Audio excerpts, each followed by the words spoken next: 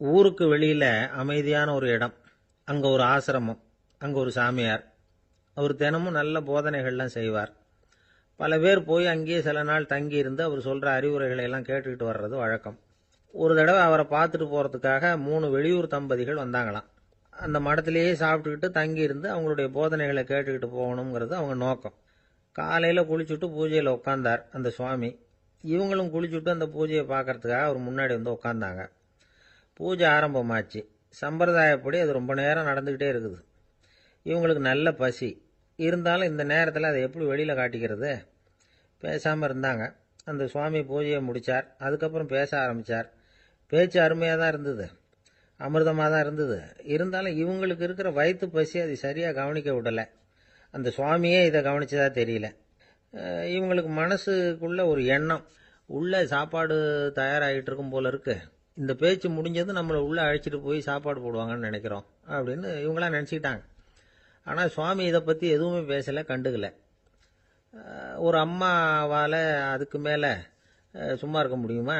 முடியல. சாப்பாட்டை கவனிக்கலாமா அப்படின்னு சொல்லி மெதுவாக ஆரம்பித்தாங்க. ஓ, கவனிக்கலாமே அப்படின்னு உள்ளே அழைச்சிட்டு போனார் சுவாமி. இவங்க ரொம்ப அவசரமாக எழுந்திருச்சு உள்ளே ஓடினாங்க. அங்கே ஒரு மேஜை மேலே ஒரு கிண்ணம் மூடி இருந்தது. ஓ, இதுதான் சாப்பாட்டு மேஜை போல இருக்கு, இங்கே சாப்பாடு வந்துடும் அப்படின்னு நினச்சாங்க. உடனே போய் சுற்றி உட்காந்துக்கிட்டாங்க. சுவாமி அந்த கிண்ணத்தை எடுத்து அந்த அம்மா கிட்ட கொடுத்தார். அவங்க அதை வாங்கி மூடியை திறந்து பார்க்குறாங்க. உள்ளே ஒரு சாவி இருக்குது. ஓ, சரிதான், இது சமையலறை சாவி போல இருக்கு, அங்கே போய் அதை திறந்து சாப்பாட்டை நாமே எடுத்துக்கிட்டு வந்து இங்கே வச்சுக்கிட்டு சாப்பிடணும் போல இருக்கு அப்படின்னு நினச்சாங்க. சாவி இருக்கு இல்லையா, வாங்க பூட்டு நிறையா காட்டுறேன் அப்படின்னு சுவாமி அவங்கள அழைச்சிட்டு போனார், காட்டினார். இவங்க அந்த அறையை ரொம்ப ஆவலோடு திறந்தாங்க. உள்ளே பார்த்தா அங்கே அரிசி, பருப்பு, விதவிதமான காய்கறி எல்லாம் இருக்குது. சமையலுக்கு வேண்டிய மிளகாய், எண்ணெய், பால், தயிர், நெய் இப்படி எல்லாமே இருக்குது. அடுப்பு, விறகு, நெருப்பு போட்டி அது கூட அங்கே இருக்குது. சாப்பாடு தயாராக இருக்கும்னு நினச்சிக்கிட்டு போனால் இப்படி இருக்குதே அப்படின்னு சொல்லி அதை பார்த்ததும் ரொம்ப சோர்ந்து போட்டாங்க அவங்க. சுவாமி, என்ன இது சாப்பாடு இல்லையா அப்படின்னாங்க. அதுதான் சாப்பாட்டுக்கு வேண்டிய எல்லாம் இங்கே இருக்குதே, அடுப்பு மூட்டி நீங்கள் தான் அவங்கவுங்க ருசிக்கு தகுந்த மாதிரி சமைச்சிக்கணும். இந்த சன்னியாசிக்கு எப்படி சமைக்க தெரியும் அப்படின்னு கேட்டார் சுவாமி. சாப்பாடு தயாராக இருக்கும்னு நாங்கள் எதிர்பார்த்தோம் அப்படின்னாங்க. நீங்கள் இப்படி சொல்லுவீங்கன்னு நானும் எதிர்பார்த்தேன். இது வரைக்கும் நான் எவ்வளவோ தத்துவம்லாம் எடுத்து சொன்னேன். எல்லாத்தையும் விட இதுதான் அனுபவபூர்வமான தத்துவம். ஆண்டவன் நமக்கு நல்ல மனசை கொடுத்துருக்குறான், நல்ல வாய்ப்புகளையும் தந்திருக்கிறான், அதையெல்லாம் பயன்படுத்திக்கக்கூடிய மூளையையும் சிந்தனையையும் கொடுத்துருக்குறான். அதனால் அடுப்பை தான் நீங்கள் மூட்டணும், அடுப்பை நீங்கள் தான் மூட்டணும், உங்களுக்கு உகந்ததை நீங்கள் தான் சமைச்சு ருசித்து அனுபவிக்கணும். ஆண்டவனே அதை செஞ்சுக்கிட்டு இருக்க மாட்டான் அப்படின்னாராம் அந்த சுவாமி. நம்முடைய வாழ்க்கையில் பல நல்ல பலன்களை பெறறதுக்கு நாம் தான் முயற்சி பண்ணணும். அதுக்குரிய சூழ்நிலையைத்தான் ஆண்டவன் கொடுப்பானே தவிர அதை விளக்கறதுக்காக தான் அந்த சுவாமி அப்படி செஞ்சு காட்டியிருக்கிறார். இது ஒரு பெரியவர் இப்படி ஒரு விளக்கம் கொடுத்தார். அதுக்கப்புறம் அந்த 3 தம்பதிகளும் தெளிவடைஞ்சுட்டாங்களாம். நாம் தெளிவடைகிறது எப்போங்கிறது தான் தெரியல அப்படின்னு பல பேர் இதை கேட்டுட்டு சொல்லிகிட்டு இருக்கிறாங்க. இந்த கதையை நம்முடைய நண்பர் ஒருத்தர்கிட்ட சொன்னேன். அந்த நண்பர் ரொம்ப சந்தோஷப்பட்டார். நீங்கள் சொல்கிறது கரெக்டு சார், ஆனால் நான் அதை விட ஒரு படி மேலே சார். எனக்கெல்லாம் அரிசி, பருப்பு இருக்கிற ரூம் எதுன்னு கையை காட்டிட்டா போதும், உடனே கிண்ணத்துலேருந்து சாவியை எடுத்து கொடுக்கணுங்கிற அவசியம்லாம் இல்லை எனக்கு. அப்புறம் எப்படி ரூமை திறந்துருவீங்க அப்படின்னு கேட்டேன். பூட்டை உடைச்சி திறந்துருவேன், அதுதான் எனக்கு பழக்கம் அப்படிங்கிறார். எதிர்காலத்தை நினைச்சா எனக்கு ரொம்ப பயமா இருக்கு சார் அப்படின்னு சொல்றவங்க நிறைய பேர் இருக்கிறாங்க. அதாவது பயப்படாத மனிதர்கள்னு யாருமே கிடையாது.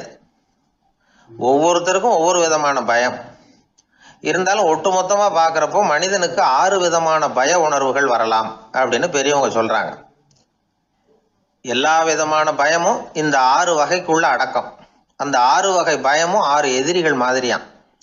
6 எதிரிகளையும் புரிஞ்சுக்கிட்டோம்னா போதும், வாழ்க்கையில சுலபமா வெற்றி அடைய முடியும். சரி, அந்த 6 வகை பயம் என்னென்ன அப்படின்னு பார்ப்போம்.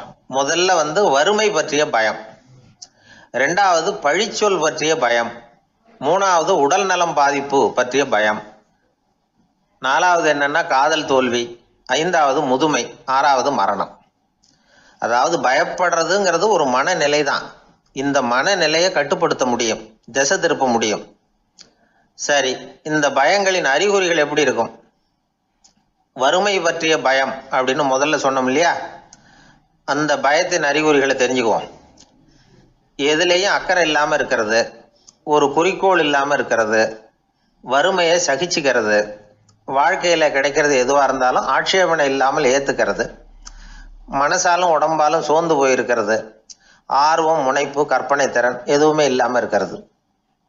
இதெல்லாம் தான் அந்த வறுமை பற்றிய பயத்தின் அறிகுறிகள். அந்த அடுத்தது ஒன்று பார்த்தோமே, பழிச்சொல் பற்றிய பயம். அதாவது அடுத்தவங்க நம்மளை குறை சொல்லி விடுவாங்களோ அப்படிங்கிற பயம். இதுக்கு அறிகுறி என்ன தெரியுமா? புதியவர்களை சந்திக்கிறதுக்கு பயப்படுறது, முடிவு எடுக்க முடியாமல் குழம்புறது, பிரச்சனைகளை தவிர்க்க விரும்புறது, தாழ்வு மனப்பான்மை, வரவுக்கு மீறி செலவு செஞ்சு இமேஜை உயர்த்திக்கிறது, குறிக்கோள் இல்லாத வாழ்க்கை. இதெல்லாம் தான் அதுக்கு அறிகுறிகள். மூணாவது பயம் உடல் நலம் பாதிப்பு பற்றிய பயம், அதாவது நோய் பற்றிய பயம். ஒரு உண்மை என்ன தெரியுமா? டாக்டரை சந்திக்கிற மனிதர்களில் 75% பேர் தங்களுக்கு நோய் வந்துட்டுதுங்கிற கற்பனையில் இருக்கிறவங்களாம். நிஜமாவே நோய் கிடையாது அவங்களுக்கு. இந்த பயத்தின் அறிகுறிகள் என்னென்னா, வியாதிக்கான அறிகுறிகள் தன்னிடம் இருக்கிறதாக நினச்சிக்கிறது, எந்த நேரமும் வியாதியை பற்றியே பேசி பேசி மனசை அங்கேயே வச்சிருக்கிறது, நோய் சம்பந்தமான செய்திகளை படித்து நமக்கு இப்படி ஆயிடுமோ அப்படின்னு வேதனைப்படுறது. இதெல்லாம் தான் அதுக்கு அறிகுறிகள். நாலாவது பயம் காதல் தோல்வி. இது ரொம்ப வேதனை, உடம்பையும் மனசையும் சீரழிச்சு விடும். ஆண்களை விட பெண்கள் தான் இந்த பய உணர்வில் அதிகமாக பாதிக்கப்படுறாங்க. அஞ்சாவது முதுமை பற்றிய பயம். ஆறாவது மரண பயம், வயசான காலத்தில் எப்படி சமாளிக்கிறது அப்படிங்கிற பயம். ஆக இதையெல்லாம் நாம் புரிஞ்சிக்க வேண்டியது ரொம்ப அவசியம். இந்த 6 வகை பயங்களை சரியாக புரிஞ்சுக்கிட்டு நாம் நடந்துக்கணும். வாழ்க்கையின் முன்னேற்றத்துக்கு இந்த பயங்கள் முட்டுக்கட்டே ஆகிடக்கூடாது. உழைச்சி பணம் சேர்க்கணும், உற்சாகமாக மனசை வச்சுக்கணும். மனசை கட்டுப்படுத்துகிற மார்க்கம் தெரிஞ்சுக்கிட்டா போதும், எல்லாம் சரியாக வந்துடும். நம்ம ஆள் ஒருத்தன் சொன்னான், சார் எனக்கு வறுமை பற்றிய பயம்தான் இருந்தது, ஒரே ராத்திரியில் 30,000 ரூபா தயார் பண்ணிவிட்டேன், இப்போ எனக்கு இன்னொரு பயம் வந்துட்டுதுன்னா. என்ன பயம்னு கேட்டாங்க. போலீஸு கண்டுபிடிச்சிருமோங்கிற பயம்னா. இது இந்த பயத்தில் அடங்காது. அதனால் அஞ்சி அஞ்சி சாவார், அஞ்சாத பொருள் இல்லை அப்படின்னு பாரதி சொன்னார் இல்லையா? அது மாதிரி பயத்தை புரிந்து கொண்டு அதற்கு தகுந்த மாதிரி நம்முடைய வாழ்க்கையை அமைத்து கொள்ள வேண்டும். அப்படி அமைத்து கொள்ளுகிறவர்களுக்கு வெற்றி நிச்சயம். கப்பல் கடல்ல போய்கிட்டு இருக்கு. புயல், சூறாவளி, அலையெல்லாம் பெருசு பெருசா ரொம்ப உயரமா உண்டாகுது. கடுமையான காற்றிலேயும் வேகமான அலைகள்லேயும் சிக்கி அந்த கப்பல் தடுமாறுது. திசை மாறி போச்சு. எந்த பக்கம் போயிட்டு இருக்கிறோம்னே தெரியல. அந்த கப்பலை செலுத்திக்கிட்டு இருந்த மாலுமி ரொம்ப சாமர்த்தியமாக செயல்பட்டார்.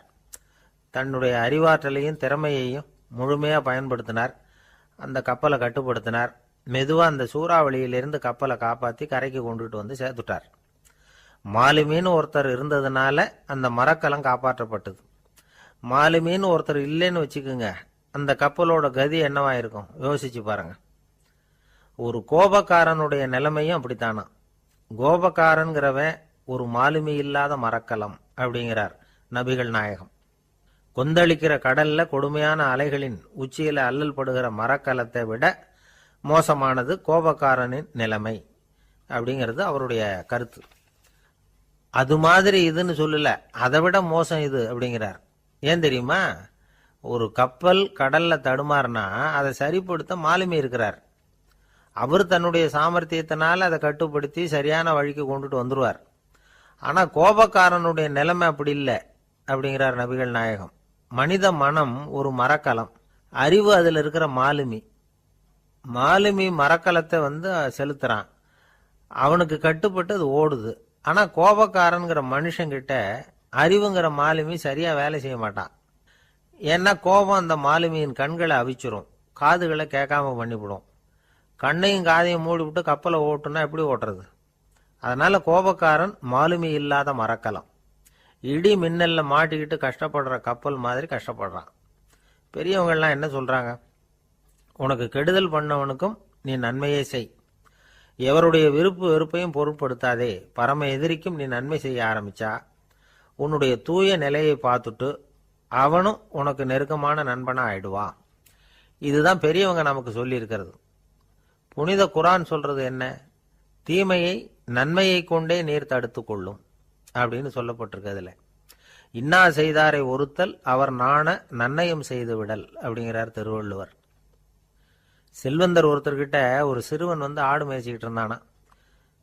பெரியவர் அவனை கூப்பிட்டு, நீ நேராக போய் ஒரு ஆட்டில் உள்ள ரொம்ப நல்ல பகுதி எதுவோ அதை எடுத்துக்கிட்டு வா அப்படின்னாராம். இவன் போனான். ஒரு ஆட்டு உடம்புல இருந்த நாக்கு, இருதயம், இது ரெண்டையும் எடுத்துகிட்டு வந்து கொடுத்தானான். பெரியவர் வாங்கி பார்த்தார். அதுக்கப்புறம், இப்போ நீ போய் இன்னொரு ஆட்டில் இருக்கிற ரொம்ப கெட்ட பகுதி எதுவோ அதை எடுத்துட்டு வா அப்படின்னாராம். இவன் போய் எடுத்துட்டு வந்தான். அவன் கையில் இருந்தது மறுபடியும் அதே மாதிரி நாக்கு, இருதயம், இது ரெண்டும் தான்.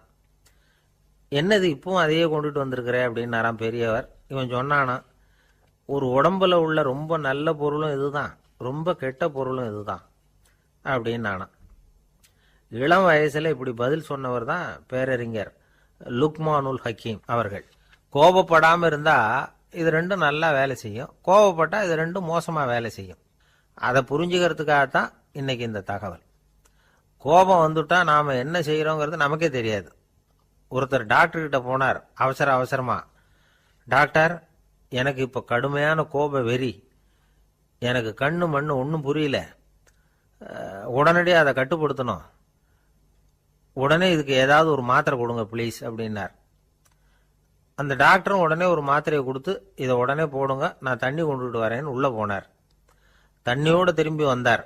இவர் சொன்னார், டாக்டர், நீங்க கொடுத்த மாத்திரை ரொம்ப பெருசா இருந்தது, இருந்தாலும் கஷ்டப்பட்டு முழுங்கிட்டேன்னார். டாக்டர் சந்தேகத்தோட மேசையை பார்க்கிறார். பார்த்தா மாத்திரை அங்கேயே இருக்குது, பேப்பர் வெயிட்ட காணல. ஒரு நாள் ஒரு நண்பரை சந்திச்சேன். உங்க வீடு எதுன்னு உங்களுக்கு தெரியுமா சார்ன்னு. அவர் என்ன ஒரு மாதிரியா பார்த்தார். அப்புறம் சொன்னார், தெரியும் அப்படின்னாரு. சரி, உங்க தொலைபேசி எண் உங்களுக்கு தெரியுமான்னு. அதுவும் தெரியும்னார். உங்க மனைவி மக்கள் யார் யாருன்னு உங்களுக்கு தெரியுமான்னு கேட்டேன். என்ன ஒரு மாதிரியா பார்த்தார். அப்புறம் சொன்னார், அதுவும் தெரியும் சார் அப்படின்னார். சரி, நீங்க யாருன்னு உங்களுக்கு தெரியுமான்னு கேட்டேன். இப்பதான் அவர் முழிக்க ஆரம்பிச்சார். அவர் மட்டும் அப்படி இல்லை, நாம எல்லாருமே அப்படிதான். எதிரில் நிக்கிறது யாருங்கிறது தெரியும், நாம யாருன்னு நமக்கு தெரியாது. உண்மையிலேயே நாம யார்? இந்த கேள்விக்கான பதில தான் வாழ்க்கை பூரா நாம தேடிட்டு இருக்கிறோம். புத்தர் என்ன சொல்றாரு தெரியுமா? நீங்க கடவுளை பத்தி கவலைப்பட தேவையில்லை, உங்களை பத்தின கவலை உங்களுக்கு இருந்தா போதும் அப்படிங்கிறார். நான் யார், எனக்கு ஏன் இந்த கவலை அப்படின்னு உங்களை நீங்களே கேட்டுக்குங்க அப்படிங்கிறார். நாம ஏன் கடவுளை படைச்சோம்? அது ஒரு நழுவல் முயற்சியாம், அதாவது தன்னிடமிருந்து தானே தப்பிக்கிற ஒரு முயற்சியாம். இப்படிதான் அதை சொல்றாங்க அறிஞர்கள்லாம். மக்கள் பொய்யான பிரச்சனைகள்ல ஆர்வமா இருக்கிறாங்க, அதுக்கு தீர்வு காணவும் முயற்சி பண்றாங்க. கடவுளை பத்தி விவாதிக்க எல்லாருக்கும் விருப்பம், தன்னுடைய சுயம் பற்றிய பிரஜையே இருக்கிறது இல்ல. ஆகக்கூடிய விஷயம் என்னன்னா, கடவுள் சமாளிப்புக்கு பயன்படுத்தப்படுகிறார். மனவியல் என்ன சொல்லுது தெரியுமா? கடவுள், சொர்க்கம், மறுபிறவி, இதை பத்தி எல்லாம் பேச ஆரம்பிக்கிறவங்க யார் தெரியுமா? போருக்கு போறவன், துன்பத்துல சிக்கி கஷ்டப்படுறவன், நோய் படுக்கையில விழுந்தவன், இவங்க தான். நாம அனுபவத்திலே பார்க்கிறோமே இதையெல்லாம். கடவுளை துணைக்கு கூப்பிடுறவங்க யாருன்னு கவனிச்சு பாருங்க. பரீட்சை எழுத போறவன், வேலை தேடி அலையிறவன், பண நெருக்கடியில் இருக்கிறவன், விபத்துல சிக்கிக்கிட்டவன், இவங்கெல்லாம் தான். தேர்வுல வெற்றி பெற்றதும் அவரை துணைக்கு கூப்பிடுறது இல்லை, வேலை கிடைச்சதும் அவர் துணை தேவைப்படுறது இல்லை. ஏன் இப்படி? கொஞ்சம் யோசனை பண்ணி பாருங்க. துன்பம் வருகிற போது அந்த துன்பத்தை தவிர்க்க வேண்டிய நிலையில அதிலிருந்து நழுவி போறதுக்காக பிரார்த்தனை தேவைப்படுது. எல்லாம் நல்லபடியா நடக்கிறப்போ பிரார்த்தனை செய்யறது இல்லை. புத்தருடைய வழி என்ன தெரியுமா? அந்த வழியில கடவுளும் கிடையாது, பிரார்த்தனையும் கிடையாது. புத்தர் செய்தது இதைத்தான். அதாவது கடவுள்கிட்ட இருந்து மனிதனையும், மனிதன் கிட்ட இருந்து கடவுளையும் அவர் விடுவித்தார். புத்த மதம் என்ன சொல்லுது தெரியுமா? கடவுள் பிரச்சனை அல்ல, மனிதன் தான் உண்மையான பிரச்சனை அப்படின்னு சொல்லுது. உங்களை நீங்க நல்லா தெரிஞ்சுக்கிட்டா போதும், நீங்களே கடவுள் ஆயிடுவீங்க அப்படிங்கிறது தான் புத்த மதம். அதனால நமக்கு தேவை உள்முக பயணம். நான் யார் அப்படிங்கிற கேள்வியோட உள்ள போகணும். அங்க போனாதான் தெரியும் நான் அப்படின்னு அங்க யாருமே இல்லைங்கிறது. இதெல்லாம் புத்தர் சொல்லுகிற ஒரு தத்துவம். தத்துவம்னு சொன்னாவே நமக்கெல்லாம் அதை புரிஞ்சுக்கிறது கஷ்டம்தான். நம்ம பொறுத்த வரைக்கும் தத்துவம்ங்கிறதுல ரெண்டு வகை உண்டு. ஒன்னு தத்துவம், இன்னொன்னு மகா தத்துவம். தத்துவம்னா என்ன தெரியுமா? கேட்கறவங்களுக்கு புரியக்கூடாது, அதுதான் தத்துவம். மகா தத்துவம் என்னன்னா சொல்றவங்களுக்கும் புரியக்கூடாது. அந்த வகையில பார்த்தா இன்று ஒரு தகவலும் ஒரு மகா தத்துவம். இந்த உலகத்துல எல்லாருக்கும் மகிழ்ச்சி தரக்கூடிய ஒரு பொருள் எது? இது ஒரு முக்கியமான கேள்வி. இந்த கேள்விக்கு பொருத்தமான ஒரு பதிலை உங்களால சொல்ல முடியுமா? அதாவது கொஞ்சம் யோசிச்சு பார்த்தா பணம்னு சொல்லலாமா? இப்போ கையில் காசு இல்லாதவங்ககிட்ட ஒரு 10 ரூபாயை கொடுத்தா அது அவனுக்கு சந்தோஷத்தை கொடுக்கும். ஏற்கனவே வருமான வரி பிரச்சனையில் சிக்கி இருக்கிறவர்கிட்ட இன்னும் கொஞ்சம் பணம் இந்தாங்கன்னு சொல்லி கொடுத்தோம்னா அது அவருக்கு சங்கடத்தை தான் கொடுக்கும். அதனால் அந்த கேள்விக்கு பணங்கிறது பொருத்தமான பதிலாக இருக்க முடியாது. கேள்வி என்னன்னா, இந்த உலகத்தில் எல்லாருக்கும் மகிழ்ச்சி தரக்கூடிய ஒரு பொருள் எது? சரி, இனிப்புன்னு சொல்லலாமா? ஏன்னா எல்லாருக்கும் இனிக்க தானே செய்யும். அதுலேயும் ஒரு சிக்கல் இருக்கு. சர்க்கரை வியாதிக்காரங்களுக்கு அது என்ன சந்தோஷத்தையா கொடுக்கும்? ஆக எல்லாருக்கும் வேறுபாடு எதுவும் இல்லாமல் மகிழ்ச்சியை கொடுக்கக்கூடியது வேற ஏதோ ஒன்று இருக்கு. அது என்னன்னு கண்டுபிடிக்கணும். அதுதான் இன்னைக்கு தகவல். இப்போ அதை கண்டுபிடிக்கணும்னா இந்த கதையை கேட்கணும்.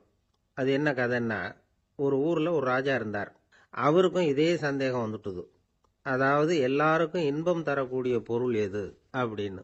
இதுக்கு பதில் தெரிஞ்சுக்கிறதுக்கு ஆசைப்பட்டார். சரி, அதுக்கு என்ன செய்யலாம்னு யோசனை பண்ணார். நாட்டு மக்களுக்கு பகிரங்கமாக ஒரு அறிவிப்பு கொடுத்தார். நம்ம நாட்டு மக்கள் இன்பம் தரக்கூடிய பொருள் எதுன்னு நினைக்கிறாங்களோ அதை கொண்டுகிட்டு வந்து அரண்மனையில் உள்ள கண்காட்சி மண்டபத்தில் வைக்கலாம்.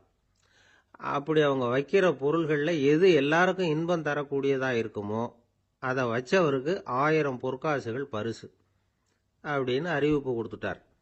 ஜனங்கள் இந்த அறிவிப்பை கேட்டாங்க. அதுக்கப்புறம் சும்மா இருப்பாங்களா? 1000 பொற்காசுன்னா சும்மாவா? அவங்க கையில் என்னென்ன கிடைச்சதோ அதையெல்லாம் கொண்டாந்து அரண்மனை காட்சி மண்டபத்தில் வச்சுட்டாங்க. அதுக்கப்புறமா ராஜா அங்கே வந்தார். ஒவ்வொன்றா பார்த்துக்கிட்டே வந்தார். முதல்ல ஒரு குயில் இருந்தது, இனிமையாக பாடக்கூடிய குயில். இந்த குயிலோட இன்னிசை எல்லாருக்கும் இன்பம் தரக்கூடியது தான். இருந்தாலும் காது கேட்காதவங்களுக்கு இந்த இசை எப்படி இன்பம் தர முடியும்? அதனால் இது சரியில்லைன்னு விட்டார். அடுத்தபடியாக போனார். அங்கே என்ன வச்சுருக்கிறாங்கன்னு பார்த்தா ஒரு அழகான மயில் அங்கே தோகை விரித்து ஆடிக்கிட்டு இருக்குது. இந்த மயிலோட ஆட்டம் மனசுக்கு இன்பம் தரக்கூடியது தான். இருந்தாலும் பார்வை இல்லாதவங்க இந்த ஆட்டத்தை பார்த்து ரசிக்க முடியுமா? முடியாது. அதனால் இதுவும் சரியில்லை அப்படின்னு சொல்லிவிட்டார். அதுக்கு அடுத்தபடியாக போனார். பல வகையான இனிப்பு பண்டங்களை வச்சுருந்தாங்க. பார்த்தார், வயசானவங்களுக்கும் நோயாளிகளுக்கும் இது இன்பம் தராது, துன்பம் தான் கொடுக்கும் அப்படின்னார். இப்படி ஒவ்வொன்றா பார்த்துக்கிட்டே போகிறார். அழகான மலர்கள், கனிகள், ஓவியங்கள் எதுவுமே பொருத்தமாக தெரியல. சகல பேருக்கும் இன்பம் தரக்கூடிய வகையில் எதுவும் இல்லை. கடைசியாக வந்தார். அங்கே ஒரு களிமண் பொம்மை இருந்தது. அது என்ன பொம்மை தெரியுமா? பசியால் வாடி இருக்கிற ஒருத்தருக்கு ஒரு அம்மா இனிமையாக பேசிக்கிட்டு சோறு போடுறது மாதிரி அந்த பொம்மையை செஞ்சுருந்தாங்க. அதுக்கு கீழே அன்பு அப்படின்னு எழுதியிருந்துதான். ராஜா பளிச்சுன்னு ஒரு முடிவுக்கு வந்தார். அந்த பொம்மையை செஞ்ச சிற்பியை வரவழைச்சார், பரிசு கொடுத்தார். அன்பு ஒன்று தான் எல்லாருக்கும் இன்பம் அளிக்கக்கூடிய பொருள். காது கேட்காதவங்களும் அதை கேட்க முடியும், பார்வை இல்லாதவங்களும் அதை பார்க்க முடியும், குழந்தைகளும் அதை உணர முடியும் அப்படின்னு அதுக்கு விளக்கம் கொடுத்தார் அந்த மன்னர். இந்த உலகத்தில் எல்லாருக்கும் மகிழ்ச்சி தரக்கூடிய ஒரு பொருள் அன்பு தான். அதை புரிஞ்சுக்கிட்டு தான் சில கணவன்மார்கள் மனைவி பேரில் ரொம்ப அன்பை காட்டிக்கிறது வழக்கம். ஒரு வீட்டு வாசப்படி பக்கமாக மழைக்கு ஒதுங்கினார் ஒருத்தர். மழை தூரிக்கிட்டு இருந்தது, இருட்டு நேரம். அந்த வீட்டில் இருந்தவர், இன்னைக்கு ராத்திரி வேணும்னா இங்கேயே தங்கிட்டு காலையில் போங்க அப்படின்னார். உடனே இவர் சொன்னார், ரொம்ப நன்றிங்க, ஒரு 10 நிமிஷத்தில் இதை வந்துவிடுறேன் அப்படின்னு சொல்லிவிட்டு எங்கேயோ ஓடினார். 10 நிமிஷம் கழித்து திரும்பி வந்தார். ஆமாம், எங்கே போயிட்டு வந்தீங்கன்னு கேட்டார் வீட்டில் இருந்தவர். நேராக எங்கள் வீட்டுக்கு போய் மனைவி கிட்ட இன்னைக்கு ராத்திரி இங்கேயே தங்கிக்கிறேன்னு சொல்லிவிட்டு வந்துட்டேன் அப்படின்னார் அவர். அன்புல இது ஒரு ரகம். எனக்கு இது மட்டும்தான் சார் தெரியும், இதை தவிர வேற எதுவும் தெரியாது அப்படின்னு சொல்லிக்கிட்டே காலம் தள்ளுறவங்க ரொம்ப பேர். அவங்கெல்லாம் கஷ்டப்பட வேண்டியிருக்கும். ஒருத்தர் தன்னுடைய தொழிலில் ரொம்ப கெட்டிக்காரராக இருக்கலாம். அதுக்காக எப்பவும் அதே ஞாபகத்தில் இருந்துக்கிட்டு உலகியல் அறிவு இல்லாமல் இருந்துடக்கூடாது, அது ஆபத்து.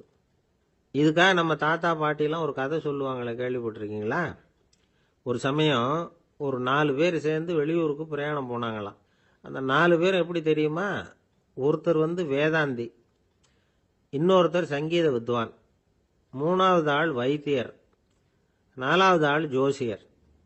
இவங்க 4 பேரும் நண்பர்கள். அதனால சேர்ந்து புறப்பட்டாங்க. வழியில் ஒரு ஊரில் தங்கினாங்க. இருட்டி போச்சு.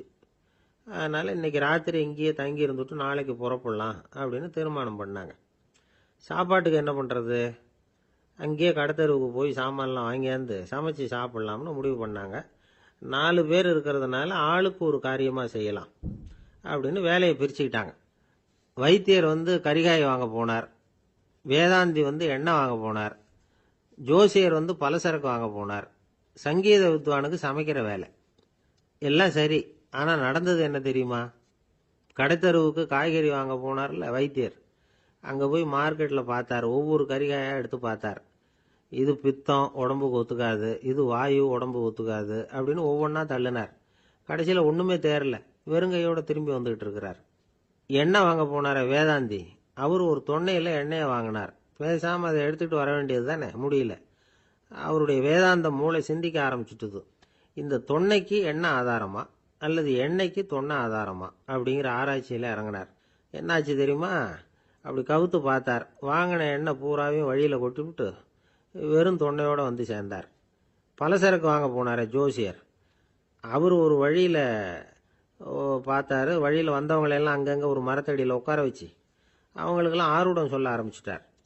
அப்படி ஒவ்வொருத்தராக சொல்லி முடிச்சுட்டு கடைத்தருக்கு போய் சேர்ந்தார். இவர் அங்கே போய் சேர்றதுக்குள்ளே ரொம்ப நேரம் ஆகிட்டுது. கடையெல்லாம் பூட்டிவிட்டு போயிட்டாங்க. என்ன செய்யறது? அவரும் வெறுங்கையோட திரும்பி வந்து சேர்ந்தார்.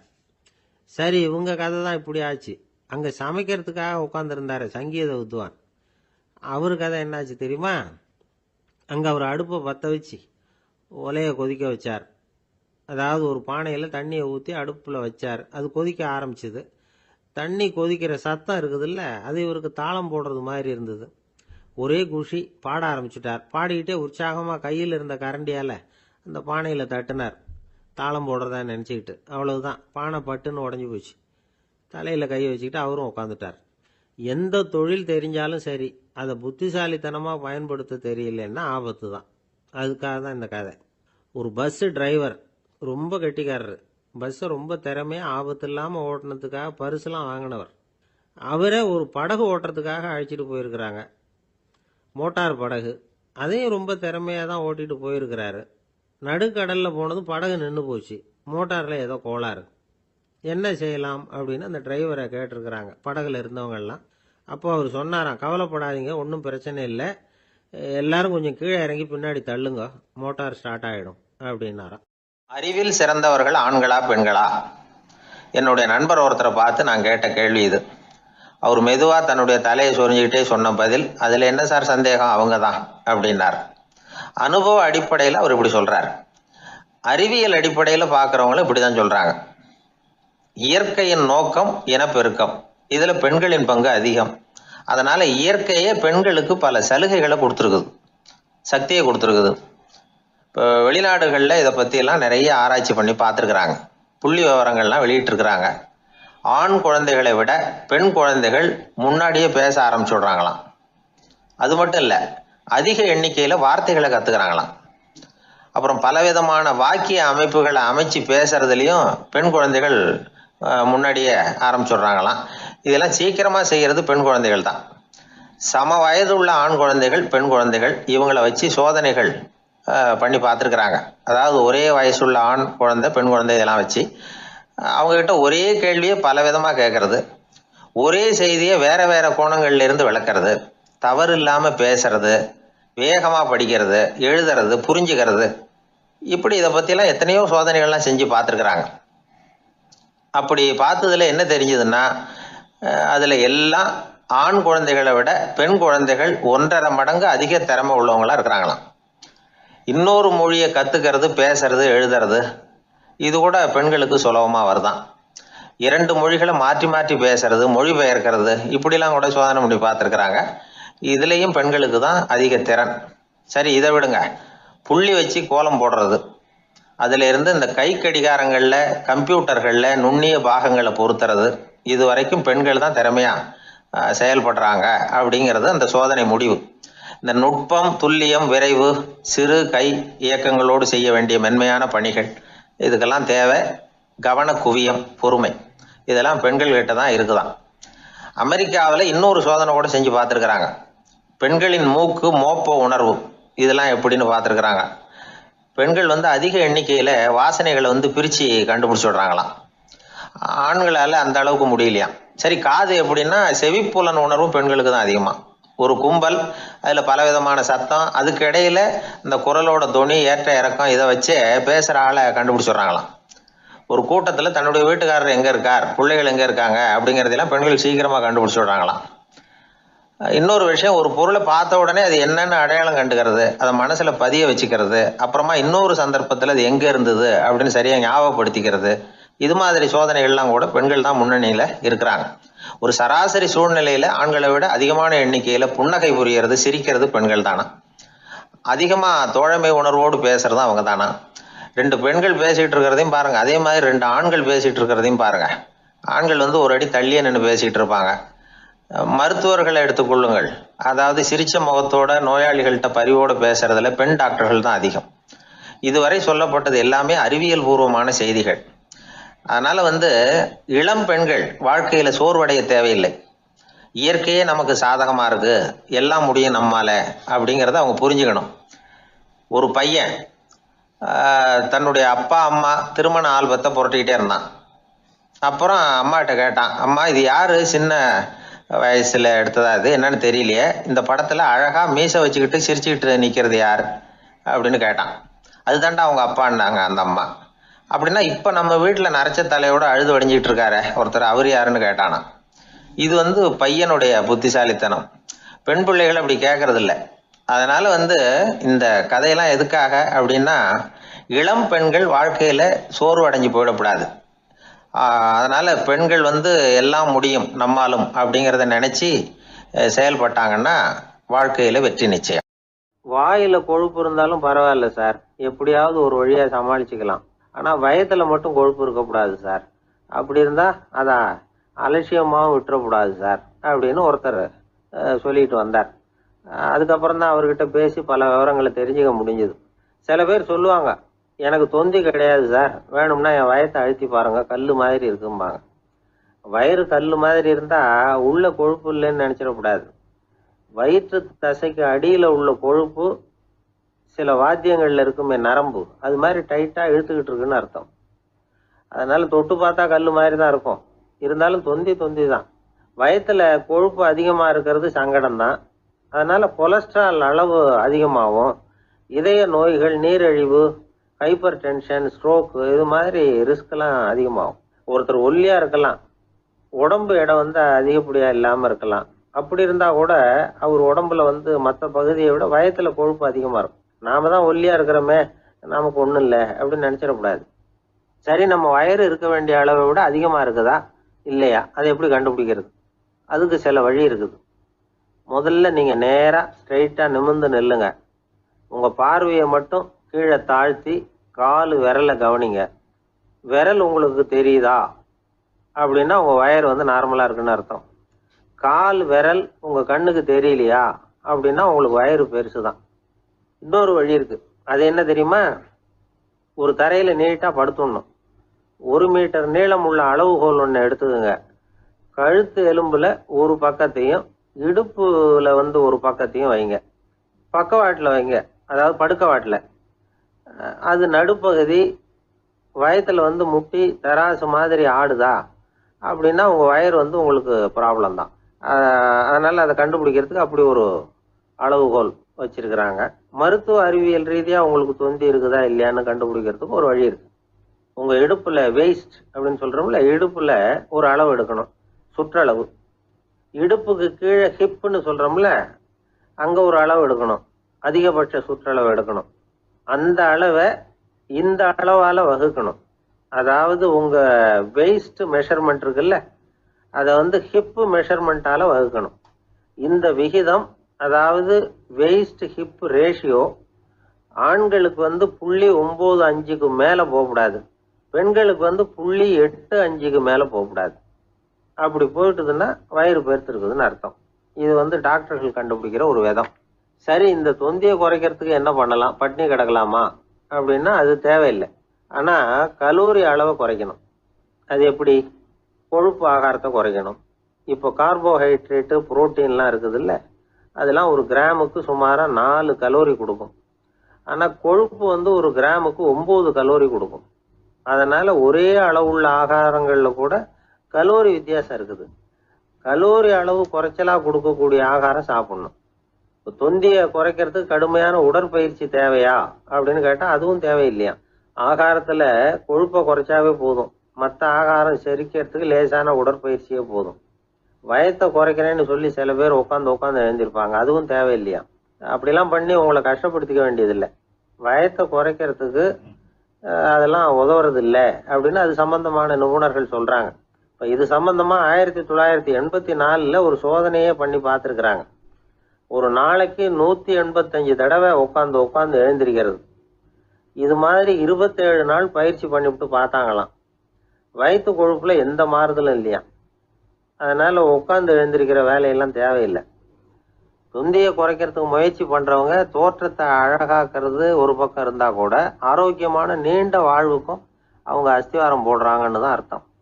ஒருத்தர் வந்தார், சார் எனக்கு தொந்தி இருக்கா இல்லையான்னு கண்டுபிடிக்கிறது கஷ்டமா இருக்குதுன்னார். சரி நான் கண்டுபிடிக்கிறேன், இப்படி தரையில காலை நீட்டி ஸ்ட்ரைட்டா படுங்க அப்படின்னோம். சரின்னு படுத்துட்டார். இப்போ உங்க கண்ணை திருப்பி கால் கட்டை விரல பாருங்க, கட்டை விரல் தெரியுதா அப்படின்னு கேட்டேன். தெரியுது சார்னார். நீங்க தெரியுதுன்னு சொல்றத நான் எப்படி நம்புறதுன்னு. அதோ தெரியுற அந்த கட்டை விரல் நுனியில ஒரு ஈ கூட உட்காந்துருக்குது பாருங்க சார் அப்படின்னார். அப்படின்னா நீங்க பாக்குறது கட்டை விரல் இல்லை சார், உங்க மூக்கு நுனி, அங்கதான் இப்ப ஈ உட்காந்துருக்குது அப்படின்னோம். ஒரு பள்ளிக்கூடம் வகுப்பு நடந்துகிட்டு இருக்கு. ஆசிரியர் பாடம் நடத்திக்கிட்டு இருக்கிறார். நடத்தி முடிச்ச உடனே கேட்டார், மாணவர்களே இதுவரைக்கும் நான் நடத்தின பாடத்துல உங்களுக்கு ஏதாவது சந்தேகம் இருக்கா அப்படின்னு கேட்டார். அப்புறம் ஒவ்வொருத்தரா கேட்டார். ஒரு மாணவன் எழுந்திருச்சான். சார் எனக்கு சந்தேகம் எதுவுமே இல்லைன்னா. ஏன்னு கேட்டார். ஏன்னா எனக்கு நீங்க நடத்தின பாடம் தெளிவா புரிஞ்சுட்டுது, அதனால சந்தேகம் வரலன்னா. இன்னொரு மாணவன் எழுந்திருச்சான். சார் எனக்கும் சந்தேகம் எதுவும் இல்லைன்னா. ஏண்டான்னு கேட்டார். ஏன்னா எனக்கு நீங்க நடத்தின பாடம் எதுவுமே புரியல, அதனால சந்தேகம் வரல அப்படின்னா. இந்த இடத்துல நாம கொஞ்சம் சிந்திச்சு பார்க்கணும். இந்த உலகத்துல எல்லாம் புரிஞ்ச ஒருத்தனுக்கும் சந்தேகம் வராது, எதுவுமே புரியாத ஒருத்தனுக்கும் சந்தேகம் வராது. அறகுறையா புரிஞ்சுக்கிட்டவன் இருக்கான் பாருங்க, அவனுக்கு தான் அடிக்கடி சந்தேகம் வரும். ஆக மாணவர்களை இந்த 3 வகையா பிரிக்கலாம். அதே மாதிரி தான் மனிதர்களையும் 3 வகையா பிரிக்கிறாங்க ஆன்மீகவாதிகள். ஒரு ஆன்மீக பெரியவர் என்ன சொல்றார் தெரியுமா? இந்த உலகத்துல 3 வகையான மனிதர்கள் இருக்கிறாங்களாம். முதல் வகை எப்படி தெரியுமா? இவங்களுக்கு எதையும் தெரிஞ்சுக்கணுங்கிற அவசியமே கிடையாது. ஏன்னா அவங்களுக்கு எல்லாமும் தெரியும். இவங்க ஞானத்தின் முழு வடிவா இருக்கிற காரணத்தினால அவங்களுக்கு எந்த சந்தேகமும் இல்லை, எந்த கேள்விகளும் கிடையாது. இந்த நிலையில இருக்கிறவன் கிருஷ்ணன். எல்லாத்துக்கும் விட தெரிஞ்சுக்கிட்ட நிலையில அவன் விடையாக மாறிவிட்டான் அப்படின்னு சொல்லுவாங்க. 2வது நிலையில இருக்கிறவன் அர்ஜுனன். இவனுக்கு எப்போ பார்த்தாலும் கேள்விதான், சந்தேகம்தான். பதில் சொல்ல சொல்ல அவனுக்கு இருக்கிற சந்தேகமும் அதிகமாகிட்டே இருக்கும், குறையவே குறையாது. அர்ஜுனன் மாதிரி உள்ளவங்க எப்பவும் கேள்வி கேட்டுக்கிட்டே இருப்பாங்க. ஒரு கேள்விக்கு விட கிடைச்சுட்டுன்னு வைங்க, உடனே இன்னொரு கேள்வி அவங்க கிட்ட இருந்து வரும். கிருஷ்ணனுடைய நிலை எப்படின்னா அது கேள்விகளே அற்ற ஒரு நிலை. அர்ஜுனனுடைய நிலை எப்படின்னா அது கேள்விகளை தவிர வேறு எதுவும் அற்ற ஒரு நிலை. இவங்களை தவிர இன்னொரு ஆள் இருக்கிறான், அவனுக்கும் கேள்விகள் அற்ற ஒரு நிலை தான். அவன் யாருன்னா துரியோதனன். இவனுக்கு தெரிஞ்சுக்கணுங்கிற எண்ணமே சுத்தமா கிடையாது. ஆவலே இல்லைங்கிறதுனால அதை புரிஞ்சுக்கணுங்கிற அவசியமும் இல்லை. அதனால அவனுக்கு கேள்விகள் அற்ற ஒரு நிலையில அவன் இருந்துகிட்டு இருக்கிறான். எல்லா பதிலும் தெரிந்து கொண்ட நிலையில கிருஷ்ணனும் கேள்விகள் அற்ற நிலையில இருக்கிறான். தெரிஞ்சுக்கணுங்கிற ஆவலே இல்லாத துரியோதனனும் கேள்விகள் அற்ற நிலையிலே இருக்கிறான். இப்படியும் இல்லாம அப்படியும் இல்லாம ரெண்டும் கெட்டான நிலையில இருக்கிறானே, அவன் தான் அர்ஜுனன். அதனால பெரியவங்கள்லாம் என்ன சொல்றாங்கன்னா, இந்த உலகத்துல அர்ஜுனன்களா இருக்கிறவங்க ஒண்ணு துரியோதனனா மாறிடணும், இல்லைன்னா கிருஷ்ணனா மாறிடணும். இதை தவிர வேற வாய்ப்பு இல்லை. துரியோதனன் மாதிரி உள்ளது விலங்கு நிலை, கிருஷ்ணன் மாதிரி உள்ளது தெய்வ நிலை. அர்ஜுனன் விலங்காவும் ஆக முடியல, தெய்வமாவும் ஆக முடியல. இப்படி ரெண்டும் கெட்டானா இருக்கிற வரைக்கும் இந்த கேள்விகளும் பிரச்சனைகளும் இருந்துகிட்டே தான் இருக்கும். இதுதான் பெரியவர்கள் சொல்லுகிற அனுபவ உண்மை. ஒரு ஆசிரியர் ரொம்பவும் விரிவா விளக்கமா பாடம் நடத்தின பிறகு, மாணவர்களே ஏதாவது சந்தேகம் இருந்தா கேளுங்கன்னாராம். ஒரு மாணவன் எழுந்திருச்சான். சார் எனக்கு ஒரு சந்தேகம்னா. என்னன்னு கேட்டார். இது வரைக்கும் என்ன பாடம் சார் நடத்துனீங்க அப்படின்னா அந்த பையன். எனக்கு ஒரு உதவி செய்யணும் அப்படின்னு நம்மளை பார்த்து ஒருத்தர் கேட்குறாருன்னு வச்சுங்களேன், உடனே நாம் அவரை பார்த்து என்ன உதவின்னு கேட்போம். இதுதான் சராசரி மனிதர்களின் இயல்பு. ஆனால் ஒருத்தர் எனக்கு ஒரு உதவி செய்யணும் அப்படின்னு கேட்ட உடனே என்ன உதவின்னு கூட கேட்காம சரி செய்கிறேன் அப்படின்னு ஒத்துக்கிறது இருக்கு பாருங்க, அது கொஞ்சம் அபூர்வம். அந்த காலத்தில் ஒருத்தர் இருந்தார். அவர் எப்படி தெரியுமா? உதவி கேட்குறவங்க நல்லவங்களா கெட்டவங்களா அப்படின்னு கூட பார்க்கல, தனக்கு நன்மையா தீமையா அப்படின்னு கூட பார்க்கல, உதவி செய்கிறேன்னு புறப்பட்டுட்டார். அவர் யார் தெரியுமா? அவர் தான் நல சக்கரவர்த்தி. அவர் மாதிரி நாமும் உதவி கேட்குறவங்களுக்கு உடனே உதவி செய்கிறதுக்கு தயாராக இருக்கணும் அப்படின்னு சொன்னார் ஒரு ஆன்மீக பேச்சாளர். நல சரித்திரத்தை அவர் சொல்லிக்கிட்டு இருந்தார். இந்திரன், அக்னி, வருணன், யமன் இவங்க 4 பேரும் நலனை பார்த்து எங்களுக்கு நீ உதவி செய்யணும், எங்களுக்காக நீ தூது போகணும் அப்படின்னு கேட்குறாங்க. யாருக்கிட்ட தூது போகணும், என்ன காரியத்துக்காக போகணும் அப்படின்னு கேட்கணும்ல. நலன் அப்படி கேட்கவே இல்லை, உடனே சரின்னு ஒத்துக்கிறான். அதுக்கப்புறம் அவங்க விவரம் சொல்கிறாங்க, என்ன உதவி, யாருக்கிட்ட தூது போகணும் அப்படிங்கிற விவரத்தை சொல்கிறாங்க. நலனுக்கும் அப்புறம்தான் புரியுது, எந்த தமயந்தியை இவன் காதலிச்சானோ, எந்த தமயந்தின் சுயம்வரத்துக்காக இவன் போய்கிட்டு இருக்கிறானோ அந்த தமயந்தியை பார்த்து தங்களுக்காக அவகிட்ட வாதாடணும், பேசணும், தங்களில் ஒருத்தரை கல்யாணம் பண்ணிக்கும்படியாக கேட்கணும் அப்படின்னு அவங்க 4 பேரும் நலன்கிட்ட கேட்குறாங்க. இதை கேட்டதும் நலன் கொஞ்சம் கூட முகம் சுளிக்கலை, பதட்டப்படலை. நேராக தமயந்தி கிட்ட போகிறான். இந்திரன், அக்னி, வருணன், யமன் இவங்களோட சிறப்புகளை எடுத்து சொல்கிறான். இவங்களில் ஒருத்தரை கல்யாணம் பண்ணிக்கலாம் அப்படின்னு சொல்லி கேட்டுக்கிறான். ஆனால் இதுக்கு தமயந்தி சம்மதிக்கலை. சுயம்வரம் நடக்குது, அவள் நலனை தேர்ந்தெடுக்கிறா. அந்த 4 பேரும் நலனுக்கு நிறைய வரங்கள்லாம் கொடுக்குறாங்க. அதுக்கப்புறம் இப்படி போகுது கதை. இதில் நாம் கவனிக்க வேண்டியது என்னென்னா, உதவின்னு கேட்ட உடனே என்ன உதவின்னு கேட்காம சரி செய்கிறேன்னு சொன்னான் பாருங்க, அதை கொஞ்சம் சிந்திக்கணும். செய்கிறேன்னு ஒத்துக்கிட்டதுக்கு அப்புறம் அது என்ன உதவின்னு தெரிஞ்சும் முகம் சுளிக்காமல் அதை செஞ்சான் பாருங்க, அதையும் கொஞ்சம் சிந்திக்கணும். நம்மால் ஒருத்தன் ஒரு நண்பனை தேடி போனான், எனக்கு ஒரு உதவின்னா சரி சொல்லுன்னா, இப்போ உங்ககிட்ட 2 கார் இருந்தால் என்ன பண்ணுவேன்னா, உடனே அதில் ஒன்று உங்ககிட்ட கொடுத்துருவேன்னா, அவன் உங்ககிட்ட 2 பங்களா இருந்தால் என்ன பண்ணுவேன்னா, அதில் ஒன்று உங்ககிட்ட கொடுத்துருவேன்னா, உங்ககிட்ட 2 பேனா இருந்தால் என்ன பண்ணுவேன்னா, அதில் ஒரு பேனாவை உங்ககிட்ட கொடுக்க மாட்டேன்னா அவன். ஏன்டா அப்படி சொல்கிறேன்னா, ஏன்னா இப்போ நிஜமாவே என்கிட்ட 2 பேனா இருக்குது, அதனால் அப்படி சொல்கிறேன் அப்படின்னு நானான் அவன். ஜெருசலேம் அங்கே உள்ள ஒரு தேவாலயம், அதில் உள்ள பலிபீடத்தின் முன்னாடி ஒரு பெட்டி உண்டு. அது காணிக்கை பெட்டி. ஆலயத்துக்கு வர்றவங்க பிரார்த்தனை பண்ணிவிட்டு திரும்பி போகிற சமயத்தில் அந்த பெட்டியில் காணிக்கை போடுவாங்க. அவங்களால எவ்வளவு முடியுமோ அவ்வளவு போடுறது வழக்கம். அவங்கவுங்க வசதிக்கு தகுந்த மாதிரி போடுவாங்க. வசதி உள்ளவங்களாக இருந்தாலும் சரி, வசதியே இல்லாத வறியவர்களாக இருந்தாலும் சரி, ஆலய காணிக்கை பெட்டியில் காசு போடுறது அவங்களுக்கு ரொம்ப பெருமையான ஒரு செயல். ஒரு சமயம் இயேசு தம்முடைய சீடர்களோடு அந்த ஆலயத்துக்கு வரார். அங்கே உட்காந்து ரொம்ப நேரம் வழிபாடு பண்ணிட்டு இருக்கிறார். சீடர்களும் அந்த ஜபத்தில் கலந்துக்கிட்டாங்க. வழிபாடு முடிஞ்சுது. இயேசு உட்காந்துருக்கிறார். காணிக்கை பெட்டியில் காசு போடுறவங்கள கவனிக்கிறார். சீடர்களும் அதையே கவனிச்சுக்கிட்டு இருக்கிறாங்க. ரொம்ப பேர் வரிசையாக வந்தாங்க. அவங்களால முடிஞ்ச அளவுக்கு காசு போட்டுட்டு அவங்க பாட்டுக்கு போய்கிட்டு இருக்கிறாங்க. வசதியானவங்க நிறைய பேர் வந்தாங்க. அதுக்கு மத்தியில் வயசான ஒரு அம்மா, அவங்களும் காசு போட்டுட்டு போகிறாங்க. இப்போ இயேசு தன்னுடைய சீடர்கள் பக்கம் திரும்பினார். ஒரு கேள்வி கேட்டார். இப்போ இந்த காணிக்கை பெட்டியில் நிறைய பேர் காசு போட்டுட்டு போகிறத நீங்கள் கவனிச்சிங்க. இன்னைக்கு இந்த காணிக்கை பெட்டியில் ரொம்பவும் அதிகமாக காசு போட்டது யார் அப்படின்னு கேட்டார். முதல்ல வந்தார ஒரு பெரிய மனுஷன், அவர் தான் அதிகமாக போட்டார் அப்படின்னாரு ஒருத்தர். 3ஆவதாக வந்தவர் தான் அதிகமாக போட்டார், நான் கவனித்தேன் அப்படின்னாரு இன்னொருத்தர். இப்படி ஆளுக்கு ஒரு விதமாக சொல்கிறாங்க.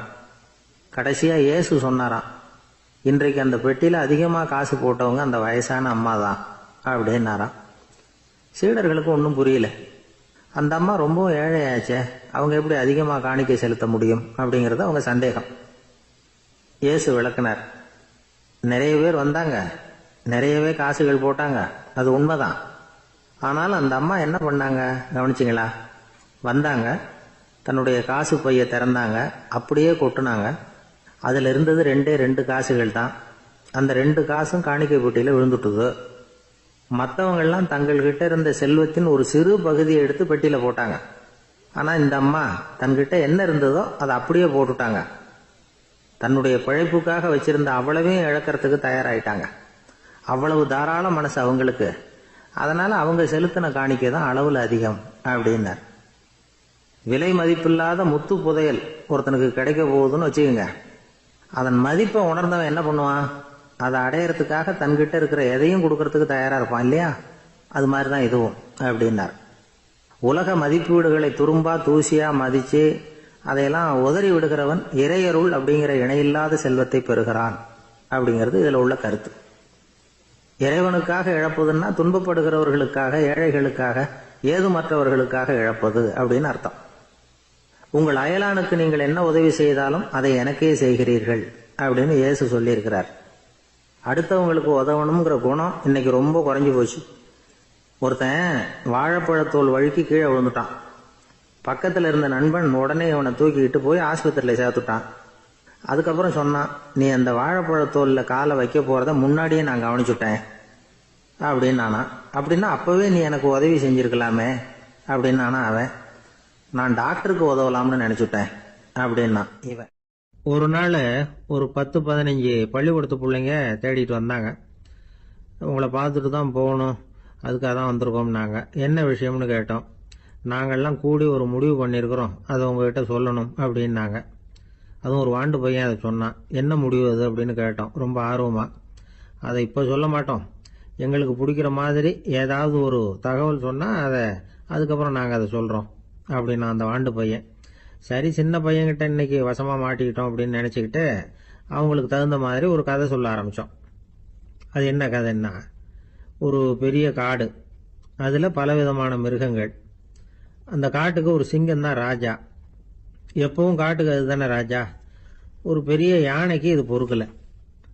என்ன இது, எப்போ பார்த்தாலும் இங்கே சிங்கத்துக்கே ராஜா பதவி கிடைக்குது, நான்லாம் எவ்வளவு பலசாலியாக இருக்கிறேன், அப்படி இருந்தும் எனக்கு அந்த பதவி கிடைக்கலையே அப்படின்னு தனக்குள்ளே பொறுமிக்கிட்டே இருந்தது. ராஜா பதவியை நினச்சி ரொம்ப ஏக்கம், அதுக்கு பதவி மோகம். இந்த சமயம் பார்த்து ஒரு குள்ள நரி கூட்டம் அதை தேடிட்டு வந்தது. ஐயா பெரியவங்களே, நீங்கள் இந்த காட்டுக்கு ராஜாவாக இருக்க ஆசைப்படுறீங்க, அதில் ஒன்றும் தப்பு இல்லை. ஆனால் அதுக்கு முன்னாடி நீங்கள் எங்கள் கூட்டத்துக்கு கொஞ்ச நாள் தலைவராக இருங்க, அதாவது ராஜாவாக இருங்களேன், உங்களுக்கும் ஒரு ட்ரைனிங் கிடைச்சது மாதிரி இருக்கும் அப்படின்னு சொல்லியிருக்குது இந்த கூட்டம், குள்ளநெறி கூட்டம். இதை கேட்ட உடனே யானைக்கு ரொம்ப சந்தோஷம் தாங்கலை. அதுதான் எப்போன்னு பதவிக்காக காத்துக்கிட்டு இருக்குதே. இருந்தாலும் கொஞ்சம் பிகுவோட, சரி நீங்கள்லாம் இவ்வளோ தூரம் என்னை தேடிட்டு வந்து கேட்கறதுனால மறுக்க முடியல அப்படின்னு ரொம்ப ஏதோ அவளுக்கு சிரமப்பட்டு ஒத்துக்கிறது மாதிரி ஒத்துக்கிட்டது. ஏதோ உங்கள் ஆசைக்கு கட்டுப்படுறேன், கொஞ்ச நாள் உங்கள் கூட்டத்துக்கு ராஜாவாக இருக்கிறதுக்கு சம்மதிக்கிறேன் அப்படின்னுது. உடனே அந்த யானை ராஜ நட போட ஆரம்பிச்சுட்டுது. யானை சாதாரணமாக நடந்தாவே எப்படி இருக்குங்கிறது நமக்கு தெரியும். அதுவே ராஜ நட நடந்தால் எப்படி இருக்கும் கற்பனை பண்ணி பாருங்க. யானை முன்னாடி கம்பீரமாக போய்கிட்டு இருக்குது, தலைவர் இல்லையா, அதனால குள்ள நரிகள்லாம் ரொம்ப அடக்கமாக அது பின்னாடி அணிவகுத்து போயிட்டு இருக்குது. ராஜா வாழ்க, மன்னர் வாழ்க அப்படின்னு கோஷம் வேற. யானைக்கு தலைகால் புரியல, அவ்வளவு சந்தோஷம். அந்த யானைக்கு செருக்கு, ஆணவம் எல்லாம் ஏற்பட்டு போச்சு. அதுக்கப்புறம் அது தரையை பார்க்குமா, நிமிர்ந்து நடக்க ஆரம்பிச்சுட்டுது. தரையை பார்க்கறதே இல்லை. அப்படி போயிட்டு இருக்கிறப்போ ஒரு சதுப்பு நிலத்தில் திடீர்னு காலை வச்சுட்டுது. அவ்வளவுதான், கால் உள்ளே போட்டுது. இன்னொரு காலை எடுத்து வச்சுது, அதுவும் உள்ளே போட்டுது. அந்த 2 காலையும் எடுக்கிறதுக்காக அடுத்த 2 காலையும் அழுத்திச்சு, அதுவும் உள்ளே போக ஆரம்பிச்சுட்டுது. இப்போ 4 காலம் வசமாக சேத்துல அழுந்தி போச்சு, எடுக்க முடியல. குள்ள நரிகள்லாம் அதை சுற்றி சுற்றி வந்தது. சிலது சுற்றி நின்று டான்ஸ் ஆட ஆரம்பிச்சுட்டுது யானையை பார்த்துட்டு. இதை யானை பார்த்தது. என்ன இது, தலைவர் நான் தவிச்சுக்கிட்டு இருக்கிறேன், தொண்டர்கள்லாம் சுற்றி நின்று வேடிக்கை பார்த்துக்கிட்டு இருக்கிறீங்க, டான்ஸ் ஆடுறீங்க அப்படின்னு கேட்டுதான். தொண்டர்களே, தலைவர் நான் தவிச்சுக்கிட்டு இருக்கிறது உங்களுக்கு தெரியலையா? இப்போ உடனே உங்கள் தலைவரை காப்பாற்ற வேண்டியது உங்கள் கடமை இல்லையா அப்படின்னு கத்துச்சான் அந்த யானை. குள்ள நரிகளில் ஒன்று முன்னாடி நின்று அந்த யானையை பார்த்து தான், தலைவரே எங்களுக்கு ரொம்ப நாளாக ஒரு ஆசை, அந்த ஆசையை நிறைவேற்றிக்கிறதுக்காகத்தான் உங்களை எங்கள் தலைவராக ஏற்றுக்கிறோம்னு சொன்னோம் அப்படின்னு தான். என்ன ஆசைன்னு கேட்டிருக்கு யானை. யானை கறி சாப்பிட்டு பார்க்கணுங்கிறது எங்களுக்கு ரொம்ப நாளாக ஆசை, அது இன்னைக்கு தான் நிறைவேற போகுது அப்படின்னு தான் அந்த நரி. இதை கேட்ட உடனே அந்த யானை அப்படியே மூர்ச்சி ஆயிட்டு தான். நரிகள்லாம் அது மேலே ஏறி குதற ஆரம்பிச்சுட்டுதான். பதவி மேல இருந்த பேராசை அந்த பலசாலியான யானையையே மாட்டி விட்டுட்டுது பாத்தீங்களா அப்படின்னு சொல்லி முடிச்சோம் இந்த கதையை அந்த சின்ன பிள்ளைங்க கிட்ட. சரிங்க, இப்ப நாங்க உங்களை தேடி வந்த விஷயம் என்னங்கறத சொல்லவா அப்படின்னா ஒரு வாண்டு பையன். சீக்கிரம் சொல்லு தம்பி, சஸ்பென்ஸ் தாங்கல அப்படின்னும். அவன் மெதுவா எங்களை பார்த்து சொல்றான், எங்களுக்கு கொஞ்ச நாள் நீங்க தலைவரா இருந்தா தேவல அப்படின்னு.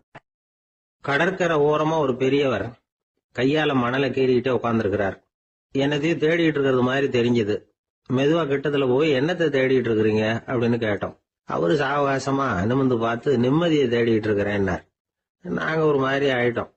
இருந்தாலும் சமாளிச்சுக்கிட்டு, சார் மணல்ல கிழிஞ்சல் தான் கிடைக்கும், நிம்மதி கிடைக்காது அப்படின்னோம். சரி, இன்னைக்கு வசமா நம்ம கிட்ட ஒரு ஆள் மாட்டிக்கிட்டார் அப்படின்னு நினைச்சு அவர் பக்கமா போய் உட்காந்துக்கிட்டு கதை சொல்ல ஆரம்பிச்சிட்டோம். ஒரு பெரிய மன்னர் இருந்தார். அவருக்கு எல்லா வசதியும் இருந்தது. இருந்தாலும் ஒரே ஒரு குறை. அது என்னன்னா நிம்மதி இல்லைங்கிற குறை.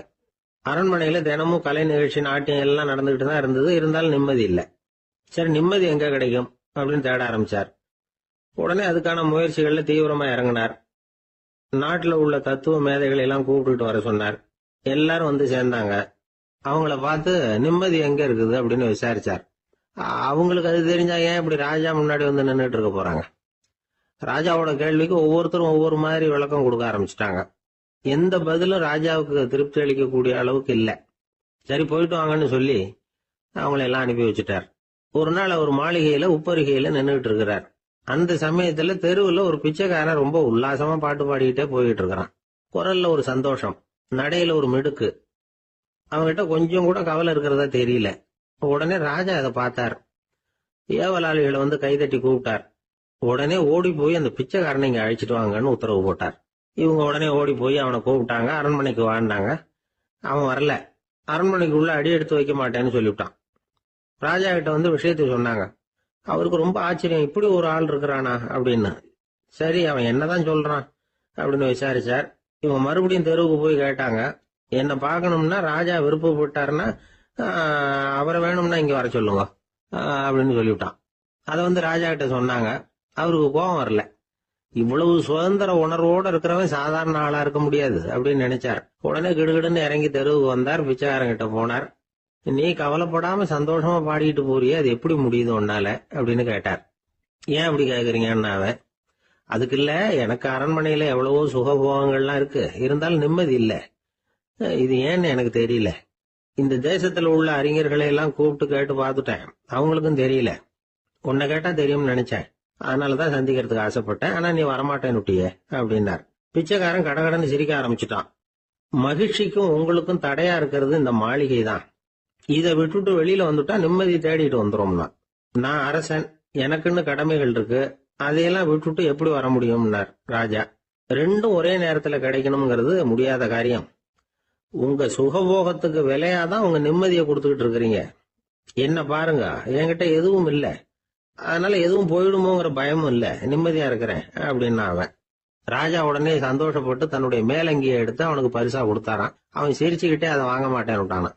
இதை நீங்க எனக்கு கொடுக்கறதுனால எந்த பயனும் இல்ல, அதே நேரத்துல அதை வாங்கிட்டேன்னா அடுத்த வினாடியில இருந்து அதை எப்படி காப்பாத்துறதுங்கிற கவலை எனக்கு சேர்ந்துடும், அப்புறம் தூக்கம் வராது, நிம்மதி போயிடும் அப்படின்னு சொல்லிவிட்டு அவன் பாட்டுக்கு சந்தோஷமா பாடிட்டே போயிட்டான். நிம்மதி எங்க இருக்குங்கிறதையும் ராஜா தெரிஞ்சுக்கிட்டார். அந்த இடத்துக்கு தன்னால போக முடியாதுங்கிறதையும் அவர் புரிஞ்சுக்கிட்டார். இப்படி இந்த கதைய அந்த கடற்கரையில மணலை கீறிக்கிட்டே உட்கார்ந்துருந்தார அந்த பெரியவர்கிட்ட சொல்லி முடிச்சோம். அவர் முகத்துல ஒரு தெளிவு தெரிஞ்சது. எங்களை நிமிர்ந்து பார்த்தார். ரொம்ப நன்றிங்க, இப்ப எனக்கு தெரிஞ்சு போச்சு, நிம்மதி வேணும்னா அதுக்கு என்ன பண்ணணும்னு இப்ப நல்லா புரிஞ்சுக்கிட்டேன் அப்படின்னார். என்ன புரிஞ்சுக்கிட்டீங்கன்னு கேட்டோம். இனிமே இந்த பக்கம் வந்தா உங்க கண்ணுல படாத இடமா பார்த்து உட்காரணும்னு புரிஞ்சுக்கிட்டேன் அப்படின்னார். ஒரு சன்னியாசி, அவரு ஒரு நாள் ஒரு கனவு கண்டாராம். அந்த கனவுல அவர் சொர்க்கத்துக்கு போறார். அங்க ஒரு பெரிய திருவிழா நடந்துகிட்டு இருக்குது. எங்க பார்த்தாலும் அலங்கார வளைவுகள், வண்ணமயமான விளக்குகள், பாதைகள் பூரா மலர்கள், எல்லா கட்டடங்களும் ஒளிமயம். அவ்வளவு கோலாகலமா பிரம்மாண்டமா அந்த திருவிழா நடந்துகிட்டு இருக்குது. அது என்ன திருவிழாங்கிறது இந்த சன்னியாசிக்கு புரியல.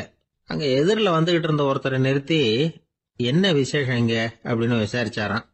உனக்கு தெரியாத விஷயம், இன்னைக்கு இறைவனுக்கு பிறந்த நாள், அதைத்தான் எல்லாரும் சேர்ந்து கொண்டாடுறோம். இதுக்காக பிரம்மாண்டமான ஊர்வலம் ஒண்ணு வரப்போகுது. இறைவனே அந்த ஊர்வலத்துல கலந்துகிறார் அப்படின்னார் அவரு. உடனே அந்த சன்னியாசி ஒரு மரத்து நிழல்ல ஒதுங்கி நின்றுகிட்டார். ஊர்வலம் வந்துகிட்டு இருக்குது. முதல்ல ஒரு குதிரை வந்துகிட்டு இருக்கு. அது மேல ஒருத்தர் உட்காந்துருக்கிறார். அவருக்கு பின்னாடி நிறைய பேர் கூட்டமா வந்துகிட்டு இருக்கிறாங்க. இவ்வளவு கூட்டம் இவர் பின்னாடி வருதே, யார் இவரு அப்படின்னு கேட்டார். ஒரு மதத்தின் பெயரை சொல்லி இவர் அந்த மதத்தின் தலைவர், அவரை பின்பற்றுகிற மக்கள் கூட்டம் பின்னாடி வந்துகிட்டு இருக்குது அப்படின்னு விவரம் சொல்லி இருக்கிறாங்க. இவங்களுக்கு அடுத்தபடியா இன்னொரு குதிரையில ஒருத்தர் வந்துகிட்டு இருக்கிறார். அவருக்கு பின்னாடி ஏகப்பட்ட கூட்டம். இவர் யாருங்க அப்படின்னு கேட்டிருக்காரு சன்னியாசி.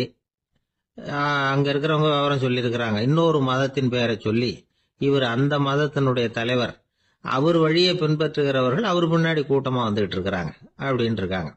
இப்படி ஒவ்வொருத்தரா குதிரை மேல வந்துகிட்டே இருக்கிறாங்க. அவங்கள பின்பற்றியும் ஒவ்வொரு கூட்டம் வந்துகிட்டே இருக்குது. அந்த பெரிய ஊர்வலம் அது பாட்டுக்கு போயிட்டு இருக்குது. கடைசியா அது முடிஞ்சது ரொம்ப நேரம் கழிச்சு. அதுக்கப்புறம் கொஞ்ச நேரம் கழிச்சு ஒரு வயசான ஆள் குதிரை மேல வந்துகிட்டு இருக்கிறார். ஆனா அவருக்கு பின்னாடி யாருமே இல்லை. அவரு பரிதாபமா தனியா வந்துகிட்டு இருக்கிறார். அவரு அந்த ஊர்வலத்தை சேர்ந்தவரா இல்லையாங்கிறதே தெரியல. இவர் யாரு, இவர் ஏன் இப்படி தனியா வந்துகிட்டு இருக்கிறார் அப்படின்னு கேட்டிருக்காரு அந்த சன்னியாசி. என்னது இப்படி கேக்குறீங்க? இவர் தான் கடவுள். இவருக்காக தான் இன்னைக்கு இந்த ஊர்வலமே நடக்குது. இவருக்கு தான் இன்னைக்கு பிறந்த நாள். முன்னாடி போற ஊர்வலம் பூரா இவருடைய பிறந்த நாளை கொண்டாடுறதுக்காக தான் அப்படின்னு இருக்காங்க. இதை கேட்டதும் அந்த சன்னியாசிக்கு திடுக்குன்னு தூக்கி போட்டிருக்கு. இது வரைக்கும் கனவு கண்டுகிட்டு இருந்தவர் முடிச்சுக்கிட்டார். அதுக்கப்புறம் தான் யோசிச்சு பார்த்திருக்கார். உண்மைதான், மக்கள் எல்லாரும் பக்தி மார்க்கத்துல போறதா நினைச்சுக்கிட்டு பாதம் மாறி போயிட்டு இருக்கிறாங்க. கடவுளை பின்பற்றுவதாக நினைக்கிறாங்க பக்தர்கள். ஆனா கடவுளுக்கு பின்னாடி யாருமே இல்லை. இன்னமும் இயல்பா இதை பத்தி யோசிச்சு பார்த்தா உண்மைக்கு பின்னாடி தான் நான் போய்கிட்டு இருக்கேன் அப்படின்னு நிறைய பேர் சொல்றாங்க. ஆனா அந்த உண்மை அனாதையா போய்கிட்டு இருக்குது. அப்படி ஆயிட்டுது உலகம். இந்த காலத்திலயும் ஒரு ஊர்வலம். ஒரு பெரிய மனுஷருக்கு பிறந்த நாள் விழா. அவரு குதிரை மேல ஏறி முன்னாடி போயிட்டு இருக்கிறார். அவருக்கு பின்னாடி ஒரு 100 பேர் தொண்டர்கள் அவங்க பாட்டுக்கு போறாங்க. எல்லாம் பணம் கொடுத்து ஏற்பாடு பண்ணவங்க. எல்லாம் பணம் வாங்கிட்டு பின்னாடி போயிட்டு இருக்கிறாங்க. கொஞ்ச தூரம் நடந்ததும் கால் வலிக்க ஆரம்பிச்சுட்டுது. ஒவ்வொருத்தரா அப்படியே ஒதுங்க ஆரம்பிச்சுட்டாங்க. அதான் முன்னாடியே பணம் கிடைச்சிட்டுதே, இனிமே ஒதுங்கின என்னன்னு ஒதுங்கிட்டாங்க. ஒரு கட்டத்துல குதிரையில போறவர் தற்செயலா திரும்பி பாக்குறாரு. பின்னாடி யாருமே இல்லை. எல்லாரும் ஓடி போயிட்டாங்க. ஒரே ஒரு ஆள் மட்டும் ரொம்ப விசுவாசமா பின்னாடி நடந்து வந்துகிட்டு இருந்தான். ஏன்பா நீ மட்டும் வந்துகிட்டு இருக்கிறிய, நீ வீட்டுக்கு போகலையான்னு கேட்டிருக்காரு அவரு. நீங்க அந்த குதிரையையும் அதுக்குள்ள வாடகை பணத்தையும் கொடுத்துட்டீங்கன்னா நானும் போயிடுவேன் அப்படின்னு நானா இந்த ஆள். சங்கீத வித்வான்கள்ல பல வகை உண்டு. சில குறிப்பிட்ட ராகங்களை பாடுறதுல அவங்களுக்கு பெருமை வர்றது உண்டு. ஆனா ஒருத்தர் இருந்தார், அவரால் ஒரு ராகத்துக்கே பெருமை வந்தது. அந்த ராகத்தை அவர் வாசிச்சு கேட்கணும் அப்படின்னு சொல்லுவாங்க. அது என்ன ராகம்னா தோடி ராகம். சரி, அந்த வித்வான் யாருன்னா அவர் தான் திருவாவடுதுறை ராஜரத்னம் பிள்ளை. பேராசிரியர் கல்கி ஒரு சமயம் தம்முடைய பத்திரிகையில எழுதினாராம். அதை அப்படியே படிக்கிறேன் கேளுங்களேன். ஆகா, ஸ்ரீ ராஜரத்னம் பிள்ளையின் தோடி ஆலாபனையை முதலில் கேட்டபோது அவருடைய கற்பனையை விட்டு தள்ளுங்கள். நம்முடைய மனதில் என்னென்ன இன்பமயமான கற்பனைகள் எல்லாம் உதித்தன. குழந்தை தாயிடம் கொஞ்சம் குரலை கேட்டோம். அன்னை குழந்தையிடம் கொஞ்சம் குரலை கேட்டோம். ரதியும் மன்மதனும் பேசிக்கொண்ட காதல் மொழிகளை கேட்டோம். முருகன் சிவபெருமான் செவிகுளிர மொழிந்த உபதேசத்தை கேட்டோம். கலைமகள் கவிஞனுக்கு அருளிய ஆசி மொழிகளை கேட்டோம். நாரத முனிவருடைய தம்பூரா சுருதியை கேட்டோம். ராவணன் தன் எலும்பை ஒடித்து வீணையாகச் செய்து வாசித்த கானத்தை கேட்டோம். கானப் பறவைகளின் கலகல ஒலியை கேட்டோம். கோல குயில்களின் குரல் இனிமையை கேட்டோம். இப்படிலாம் பேராசிரியர் கல்கி விமர்சனம் எழுதியிருக்கிறார். திருவாவடுதுறை ராஜரத்னம் பிள்ளை அவர்களுடைய வாசிப்பை கேட்டுட்டு டி.என். ராஜரத்னம் பிள்ளை இறந்து போனார். அப்போ கவிஞர் கண்ணதாசன் எழுதினார், செவியனில் ஓடி எங்கள் சிந்தையில் ஓடி இந்த புவியெல்லாம் ஓடி நின்பார் பொங்கிய தோடி வேறிங்கு எவரிடம் போகும் ஐய இனி அதை காப்பார் யாவர் அவிந்தனின் சடலத்தோடே அவிந்தது தோடிதானும் அப்படின்னு எழுதினாராம். அந்த அளவுக்கு அவருடைய தோடியை ரசித்தவர்கள் உண்டு. அதே மாதிரி தோடின்னா என்னன்னு தெரியாமலே அவரை ரசித்தவங்களும் அந்த காலத்துல உண்டு. அதாவது ஒரு பெரிய சபையில இவர் வாசிச்சுக்கிட்டு இருக்கிறார். பாதியில ஒரு பெரிய மனுஷன் உள்ள வந்தார்.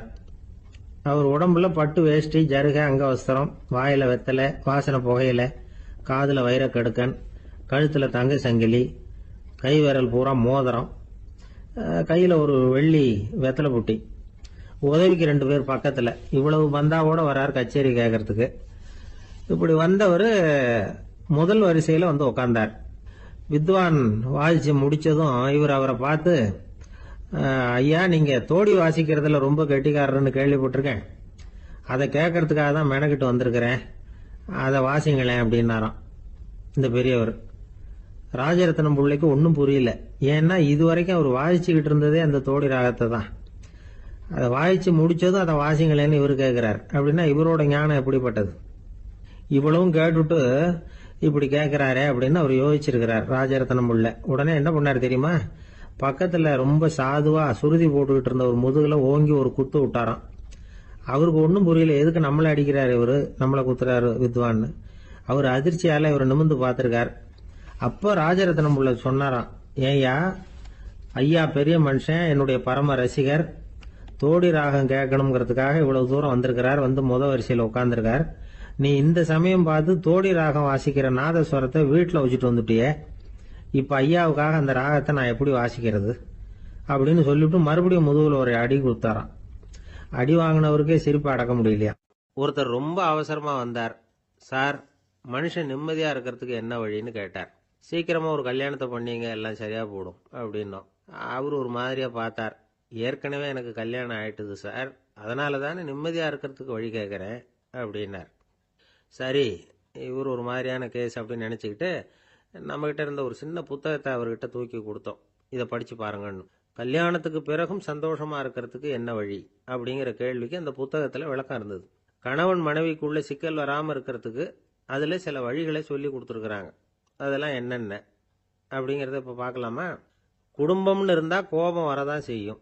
அது வந்துட்டு போட்டும் பரவாயில்ல. ஆனா அந்த கோபம் ஒரே நேரத்துல 2 பேருக்கும் வந்துடாம பாத்துக்கணும். ஒரு சமயத்துல யாராவது ஒருத்தர் தான் கோபப்படணும், அடுத்தவங்க அமைதியா இருக்கணும். அதுக்கப்புறம் இவர் அமைதியான உடனே அவங்க ஆரம்பிச்சுக்கலாம். கோபமா ஏதாவது சொன்னா உடனே கோபமா பதில் சொல்லக்கூடாது. கொஞ்சம் பொறுத்து கோபம் தீர்ந்த உடனே அந்த பதிலை சொல்லலாம். அப்போ பதில் கோபமா இருந்தா கூட அது அவ்வளவு பெருசா தெரியாது. அற்ப விஷயத்துக்கெல்லாம் காய்ச்சி மூச்சுன்னு கத்திட்டு இருக்கக்கூடாது. உங்க 2 பேருக்குள்ள ஒரு தர்க்கம் ஆரம்பம் ஆயிட்டுதுன்னு வச்சுக்கோங்க. கடுமையா 2 பேரும் விவாதம் பண்றீங்க. உங்கள ஒருத்தர் இதுல ஜெயிக்கணும்னா அது நீங்களா இருக்க வேணாம், அடுத்தவங்க ஜெயிக்கிறதுக்கு நீங்க துணையா இருங்களேன். அப்படின்னா நீங்க கொஞ்சம் விட்டு கொடுக்கணும், அவ்வளவுதான். ஏதாவது குத்தம் சொல்லணுமா, செஞ்ச தப்ப சுட்டி காட்டணுமா, விமர்சனம் பண்ணணுமா, பண்ணுங்க, வேணான்னு சொல்லல. ஆனா சொன்னதை அப்படி சொல்றத கொஞ்சம் அன்பா இதமா சொல்லுங்க. எப்போ நடந்த தவறுகளை எல்லாம் இப்போ போய் மறுபடியும் ஞாபகப்படுத்திட்டு இருக்க வேண்டாம்.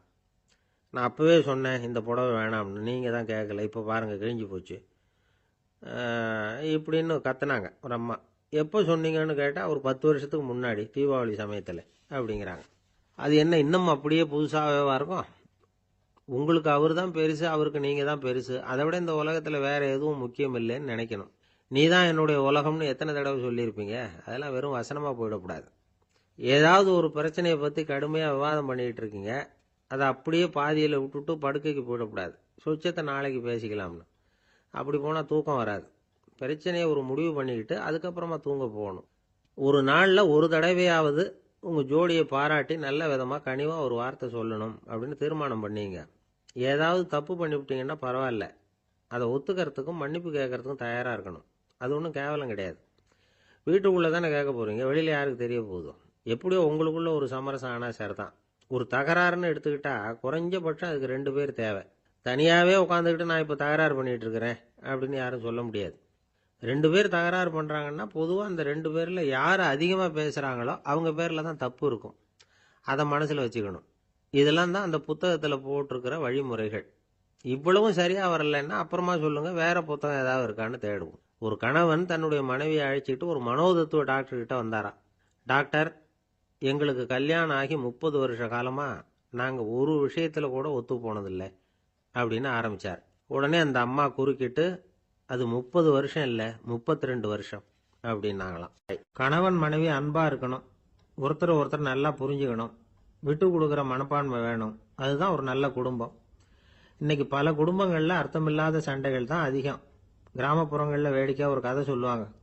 ஒரு ஊர்ல ஒரு ஆள் இருந்தான், வேலை வெட்டி இல்லாம சும்மாவே இருந்தான். அவனுக்கு கல்யாணம் பண்ணி வச்சாங்களாம். மனைவி வந்து சேர்ந்தா. சும்மாவே உட்காந்துருக்கிறியே, ஏதாவது சம்பாதிக்கிற வழியை பாரு அப்படின்ட்டு இருக்கா.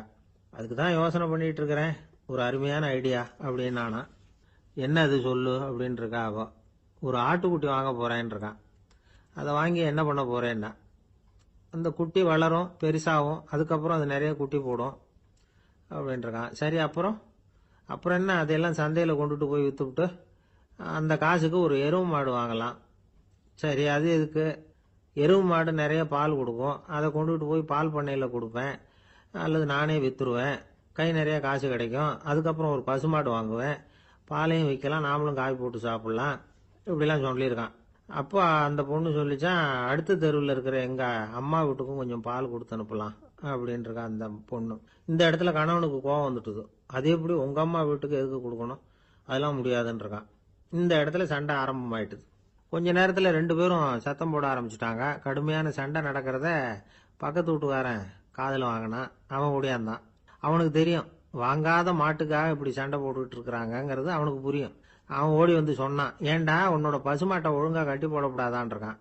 என்னடா சொல்கிறேன்னா இவன், உன் மாடு என் தோட்டத்தில் வந்து மேய்ஞ்சுட்டுது, பயிரெலாம் நாசமாயிட்டுது, 10,000 ரூபா அளவுக்கு சேதம், அதை வாங்கிட்டு போகிறதுக்கு தான் வந்தேன், குடுறா 10,000 நானா. இவன் அரண்டு போயிட்டான். அப்புறம் சொன்னான், டேய் நான் இன்னும் மாடே வாங்கலையே, அதுக்குள்ளே அது வந்து எப்படிடா உன் தோட்டத்தில் மேயும், என்னடா உளர்றேன்னு இருக்கான். நீ தாண்டா இப்போ உளறிக்கிட்டு இருக்க, மாடே வாங்கலை, அதுக்குள்ளே எப்படிடா வந்து உன்னுடைய மனைவி அவங்க அம்மா வீட்டுக்கு பால் கொடுத்து அனுப்ப முடியும் அப்படின்னு அவன் கேட்டானா. நம்ம ஆளுக்கு இப்போ தான் புத்தி வந்துதான். அர்த்தமே இல்லாத சண்டை போட்டுக்கிட்டு இருக்கிறோம் அப்படிங்கிறத அவன் புரிஞ்சுக்கிட்டானான். இது நம்ம முன்னோர்கள் சொல்லியிருக்கிற ஒரு கதை. சண்டையில தான் அர்த்தம் இல்லையே தவிர கதையில் அர்த்தம் உண்டு. அதாவது இல்லாத விஷயங்களுக்காக சண்டை போட்டுக்கிட்டு இல்லறத்தை வீணாக்கிக்கிட்டு இருக்கிற மனிதர்கள் இன்றைக்கு நிறைய பேர் இருக்கிறாங்க. ஒருத்தன் தன்னுடைய மனைவியை பற்றி மாமனார்கிட்ட புகார் சொன்னானா, மாமா உங்க பொண்ணு அர்த்தமில்லாத சண்டை போடுறா, எதுக்கு எடுத்தாலும் எடுத்தெறிஞ்சு பேசுறா அப்படின்னு இருக்கான். நீ எப்படி மாப்பிள்ளை அதை சமாளிக்கிற அப்படின்னு கேட்டிருக்காரு அவரு. அவ எடுத்தெறியறது என் மேல படாம ஒதுங்கி நின்னுக்கிற அப்படின்னு நானா. காதுங்கிறது எப்பவும் திறந்தே இருக்கக்கூடிய ஒன்று தானே. சில பேர் பேசிக்கிட்டே இருப்பாங்க, நாமும் கேட்டுக்கிட்டே தான் இருப்போம். அவர் என்ன சொன்னாரு திருப்பி சொல்லு அப்படின்னு சொன்னா சொல்ல தெரியாது. காது சரியா கேட்டாலும் நாம பேசுறத மற்றவங்க சரியா கேட்கறாங்களா அப்படிங்கிறது சந்தேகம்தான். இந்த சந்தர்ப்பத்தில் ஒரு உண்மையை நாம புரிஞ்சுக்கணும். அதாவது என்னன்னா, கேட்பதுங்கிறது வேற, கவனிக்கிறதுங்கிறது வேற. அதாவது கேட்கறதுன்னா அது ஹியரிங், கவனிக்கிறது அப்படின்னா அது லிசனிங். கேட்கறதுங்கிறது தன்னிச்சையா நடக்கக்கூடிய ஒரு செயல். இப்போ ஒரு சாலையில நடந்து போயிட்டு இருக்கிறோம், எவ்வளவோ சத்தம் நம்ம காதில் வந்து விழுந்துகிட்டு இருக்கு. கார் போற சத்தம் கேட்குது, பறவை ஒரு மரத்துல இருந்து கத்துது, அந்த சத்தம் கேட்குது, இப்படி நிறைய வந்து காதில் விழுந்துகிட்டு இருக்கு. ஆனா கவனிக்கிறதுங்கிறது எப்படின்னா, நம்ம முழு மனசை செலுத்தி உன்னிப்பா கேட்கறது.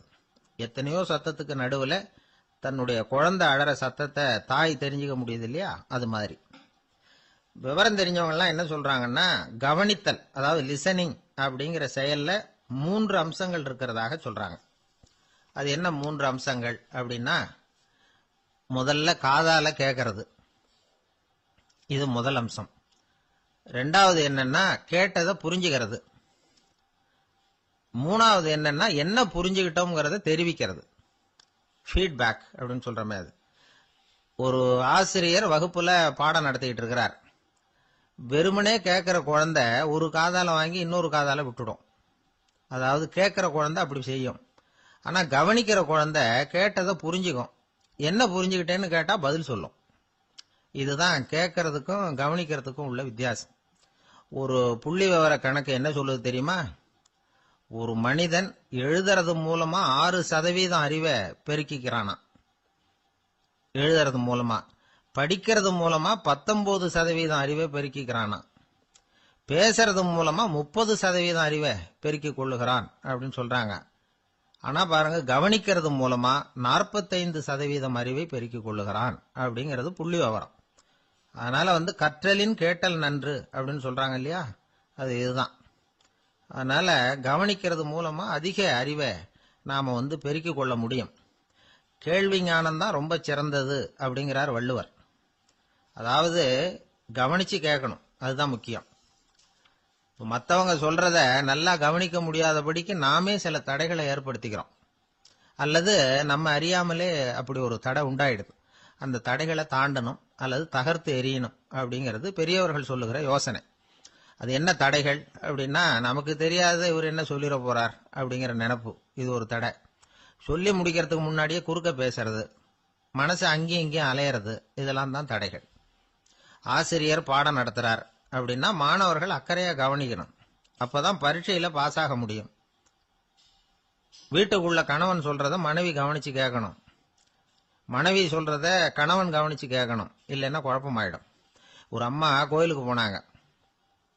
சேலையில ஒரு முடிச்சு போட்டிருந்தாங்க. எதுக்கு சேலையில முடிச்சு போட்டு வச்சிருக்கிறீங்க அப்படின்னு கேட்டாங்க. எங்க வீட்டுக்காரர் ஒரு கடிதத்தை மறக்காம தபால் போட்டியில போட்டுடணும்னு சொன்னார். ஞாபகத்துக்காக முடிச்சு போட்டு வச்சிருக்கிறேன் அப்படின்னாங்க. கடிதத்தை பெட்டியில போட்டுட்டீங்களா அப்படின்னு கேட்டாங்க. அது எப்படிங்க முடியும், அவர் கடிதத்தை என்கிட்ட கொடுக்க மறந்துட்டாரே அப்படின்னாங்களாம். அதனால மறக்கப்படாதுன்னு நினைச்சுக்கிட்டே மறந்து விடுறது, இப்படி ஒரு வாழ்க்கை. அதனால வாழ்க்கையில நமக்கு இருக்கிறது செவிச்செல்வம் ரொம்ப முக்கியமானது. நிறைய கேட்கணும், சொல்றதை விட கேட்கணும், கேட்கறத விட முக்கியம் கவனிக்கிறது. அப்படி கவனிக்கிறது மூலமா நம்முடைய வாழ்க்கையில வெற்றி பெறணும். சாலை ஓரமா அழுதுகிட்டு உட்காந்துருந்தான். பிச்சை எடுத்து சாப்பிடுற ஒருத்தன் அந்த பக்கமா வந்தான். இவனை பார்த்தான். ஏன் அழுதுகிட்டு உட்காந்துருக்கிற, என்னாச்சு உனக்கு அப்படின்னு கேட்டான். அதுக்கு இவன் சொன்னா, என்கிட்ட ஒண்ணுமே இல்லை, நான் இந்த உலகத்துல இருந்து என்ன பிரயோஜனம், அதனால தான் அழுதுகிட்டு இருக்கிறேன் அப்படின்னா. உன்கிட்ட மறைஞ்சிருக்கிற புதையல் என் கண்ணுக்கு நல்லா தெரியுது, அது உனக்கு புரியல, அதனால தான் அழுதுகிட்டு இருக்கிற அப்படின்னா. என்னது புதையல் இருக்குதா, உன் கண்ணுக்கு தெரியுதா அப்படின்னு கேட்டான். ஆமா எனக்கு தெரியுது, அந்த புதையலை நீ விற்கிறதுக்கு தயாரா இருக்கிறியா அப்படின்னு கேட்டான் இவன். இதை கேட்டதும் அந்த இளைஞனுக்கு ரொம்ப ஆச்சரியமா போச்சு. என்னது இப்படி கேட்கறானே அப்படின்னு. என்கிட்ட ஒரு காசு கூட இல்லையே, அப்படி இருக்கிறப்போ புதையல் எங்க இருந்து வந்தது அப்படின்னா. இந்த நேரத்தில் அந்த பிச்சைக்காரன் சிரிச்சான். இப்படிதான் இந்த உலகத்துல எல்லாரும் சொல்லிட்டு இருக்கிறாங்க, என்கிட்ட ஒண்ணுமே இல்லை ஒண்ணுமே இல்லைன்னு சொல்லி. ஆனா அவங்க கிட்ட தான் புதையல் இருக்கு.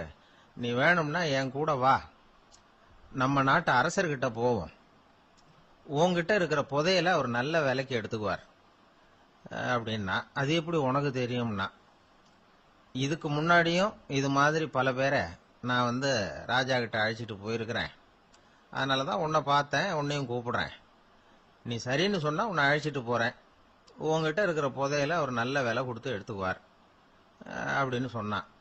இவன் இப்படி சொல்றதும் அந்த இளைஞனுக்கு ஒண்ணுமே புரியல. இது என்னது இந்த ஆள் இப்படி சொல்லிட்டு இருக்கிறான், நம்மகிட்ட என்ன இருக்குது, அதுவும் இல்லாம இவனே பிச்சை எடுத்து சாப்பிட்டுக்கிட்டு இருக்கிறான், இவன் போய் நம்மள ராஜா கிட்ட அழைச்சிட்டு போறதா, போறேங்கிறானே என்ன அப்படின்னு சொல்லி அவன் யோசனை பண்ணான். என்ன யோசிக்கிற, உனக்கு பணம் வேணும்னா என்னோட வா அப்படின்னா. இளைஞன் ஒரு முடிவுக்கு வந்தான். சரி, இங்கேயே உட்காந்துக்கிட்டு இருக்கிறத விட அங்கேயாவது போய் பார்ப்போமே, இங்கே அழுதுட்டு உட்காந்துருக்கிறதுல என்ன பிரயோஜனம், ஏதோ கூப்பிடுறான் போய் பார்த்துட்டு வருவோமே அப்படின்னு சொல்லி அவன் கூட புறப்பட்டான். பிச்சைக்காரன் முன்னாடி போயிட்டே இருக்கிறான், இந்த இளைஞன் பின்னாடி நடந்து போயிட்டு இருக்கான். ரெண்டு பேரும் அரண்மனையை நோக்கி போறாங்க. பாதி வழி போயிருப்பாங்க. வழியில அந்த பிச்சைக்காரன் சொன்னான், இத பாரு, முன்னாடியே சில விஷயங்களை நாம பேசிக்க வேண்டியிருக்கு, சரியா தெளிவா முடிவு எடுத்துக்கிட்டு அதுக்கப்புறம் ராஜா கிட்ட போகணும். ஏன்னா அங்க போய் அது முடியாது இது முடியாதுன்னு நாம நமக்குள்ள சண்டை போட்டுக்கிட்டு இருக்க முடியாது. ராஜாவுக்கு விலையை பத்தி கவலையே இல்லை, எவ்வளவு சொன்னாலும் நமக்கு பணம் கிடைச்சிரும். ஆனா அதுக்கப்புறம் நான் இதை விற்கிறதுக்கு தயாரா இல்லைன்னு சொல்லிடக்கூடாது. அதனால புதையலை விற்கிறதா இல்லையாங்கிறத இங்கேயே தெளிவா முடிவு செஞ்சுக்கணும், இல்லைன்னா ராஜா கிட்ட போய் அங்க போய் குழப்பிட்டு இருக்க முடியாது அப்படின்னு சொன்னான். இளைஞனுக்கு ஒண்ணுமே புரியல. என்ன சொல்ற நீ, என்கிட்டயா புதையலா, எங்க இருக்குது அப்படின்னு சொல்லி குழம்பி போனான். இப்போ அந்த பிச்சைக்காரன் சொன்னான், இத பாரு, இப்போ உதாரணத்துக்கு உன்னுடைய கண்களை எடுத்துக்கோ, அதுக்கு நீ என்ன விலை கேட்டுற போற, நான் அதுக்கு ராஜா கிட்ட இருந்து ஒரு 50,000 ரூபா வாங்கி தர முடியும். உன்னுடைய இருதயத்தை கொடுக்குறியா, 20 லட்சம் ரூபா வாங்கி தரேன். மூளையை கொடுக்குறியா, 30 லட்சம் வாங்கி தரேன். என்ன சொல்ற அப்படின்னு சொல்லி இந்த பிச்சைக்காரன் பேசிக்கிட்டே போறான். இளைஞனுக்கு கோபம் வந்துட்டுது. என்ன உளர்ற, உனக்கு என்ன பைத்தியமா? கண்ணையும் மூளையையும் இருதயத்தையுமா விற்பாங்க? என்ன விலை கொடுத்தாலும் அதையெல்லாம் நான் விற்கிறதுக்கு தயாரா இல்லை, நான் விற்க மாட்டேன். அதை கொடுத்துட்டு நான் என்ன பண்றது? இப்படி நான் மட்டும் இல்லை, யாருமே இதை விற்கிறதுக்கு தயாரா இருக்க மாட்டாங்க அப்படின்னு சொன்னான் அந்த இளைஞன். இவன் இப்படி சொன்னதும் அந்த பிச்சைக்காரன் வாய் விட்டு சிரிக்க ஆரம்பிச்சுட்டான். இப்போ பைத்தியமானது நானா நீயா? லட்சக்கணக்கான கோடிக்கணக்கான ரூபாய் பொறுமானம் உள்ள பொருள்களை உங்ககிட்டயே வச்சுக்கிட்டு விற்க முடியாதுன்னு சொல்ற நீ தான் ஏழை. என்கிட்ட ஒண்ணுமே இல்லைன்னு மரத்தடியில் உட்காந்து அழுதுட்டு இருக்கிறியே அப்படின்னு சொன்னான். இன்னைக்கு பாத்தீங்கன்னா பல பேர் தன்கிட்ட புதைஞ்சிருக்கிற ஆற்றலை புரிஞ்சிக்க முடியாம அவதிப்பட்டு இருக்கிறாங்க. நம்ம கிட்ட என்ன இருக்குங்கிறது அவங்களுக்கு தெரியறது இல்லை. அதனாலதான் என்கிட்ட ஒண்ணுமே இல்லைன்னு சொல்லி அழுதுகிட்டு இருக்கிறாங்க. இதை விளங்க வைக்கிறதுக்கு பெரியவங்க சொல்ற கதை இது. நம்ம கிட்ட இருக்கிற புதையலை நாம தான் தோண்டி எடுக்கணும். உண்மையான புதையல்ங்கிறது உள்ளே இருக்கு. ஆனா அதை வெளியில தேடுற ஆசாமிகள் தான் அதிகம். சராசரி மனித இயல்பு அப்படி. நம்ம கிட்ட விலை மதிக்க முடியாத பகுத்தறிவு இருக்கு. அதை வச்சுக்கிட்டு வாழ்க்கையில முன்னேறதுக்கு முயற்சி பண்ணணும். என்கிட்ட ஒண்ணுமே இல்லைன்னு நினைச்சு ஓரமா உட்காந்துடக்கூடாது. முயற்சி செஞ்சா முடியாத காரியம் எதுவுமே இல்லை. ஒரு ரயில்வே ஸ்டேஷன் பக்கம் வெளியில ஒரு டாக்ஸி நின்றுட்டு இருந்தது. அந்த பக்கமா வந்த ஒருத்தர் டாக்ஸி டிரைவரை பார்த்து சொன்னார், ஐயா, உங்க வண்டியில பின் சீட்ல ஒரு மணி பர்ஸ் கிடக்கு, யாரோ மறந்து விட்டுட்டு போயிருக்கிறாங்க அப்படின்னாரு. இல்ல இல்ல, அது காலி பர்ஸ் தான், நான் தான் அதை அங்க போட்டு வச்சிருக்கிறேன் டிரைவர்.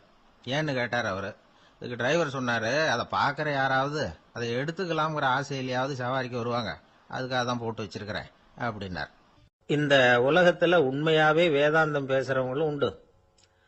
உள்ளுக்குள்ள வேற மாதிரி இருந்துகிட்டு வெளியில வேதாந்தம் பேசுறவங்களும் உண்டு. ஒரு ஆள் இருந்தார். அவரு ஒரு கடை வச்சு வியாபாரம் பண்ணிக்கிட்டு இருந்தார். மகா கஞ்சன், யாருக்கும் எந்த உதவியும் செய்ய மாட்டார். எச்சில் கையென்ன ஈர கையை கூட உதற மாட்டார். அப்படிப்பட்ட மனுஷன். அந்த ஊருக்கு ஒரு முனிவர் வந்துகிட்டு இருந்தார். வருஷத்துக்கு ஒரு தடவை வருவார். ஒரு நாள் 2 நாள் இருப்பார், அப்புறம் போயிடுவார். அந்த முனிவர் வர்றப்போலாம் இந்த ஆள் எழுந்திருச்சு ஓடி போய் அவரை வரவேற்பான். ரொம்ப பெரிய வேதாந்தி மாதிரி அவர்கிட்ட பேசிக்கிட்டு இருப்பான். காயமே இது பொய், வெறும் காற்றடைத்த பையும்மா, தர்மம் தலைகாக்கும்மா. பணம் என்ன சார் பணம், இன்னைக்கு ஒருத்தன் கையில இருக்கும், நாளைக்கு ஒருத்தன் கையில இருக்கும், எல்லாம் மாயம். எனக்கு தான் இன்னமும் இந்த சம்சார பந்தத்திலிருந்து விடுபடுறதுக்கு நேரம் வரலேம்மா.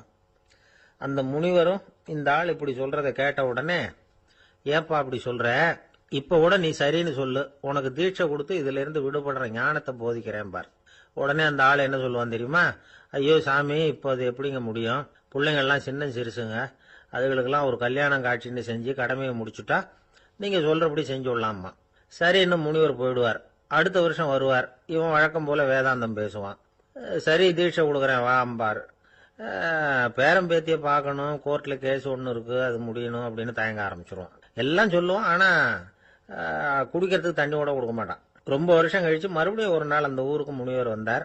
இவன் கடைக்கு வந்தார். அப்புறம் அங்க கல்லாவில் நம்ம ஆள் இல்லை. அவன் புள்ளதான் உட்காந்துருக்கிறான். அப்பாவை போலவே புள்ளையும் எழுந்திரிச்சு ஓடியாந்து முனிவரை வரவேற்றான். அப்பா எங்கன்னு விசாரிச்சாரு முனிவர். ஐயோ, அதை ஏன் கேக்குறீங்க சாமி, உங்ககிட்ட தீட்சை வாங்கி இந்த சம்சார பந்தத்திலிருந்து விடுதலை பெறணும்னு சொல்லிக்கிட்டே இருப்பார்.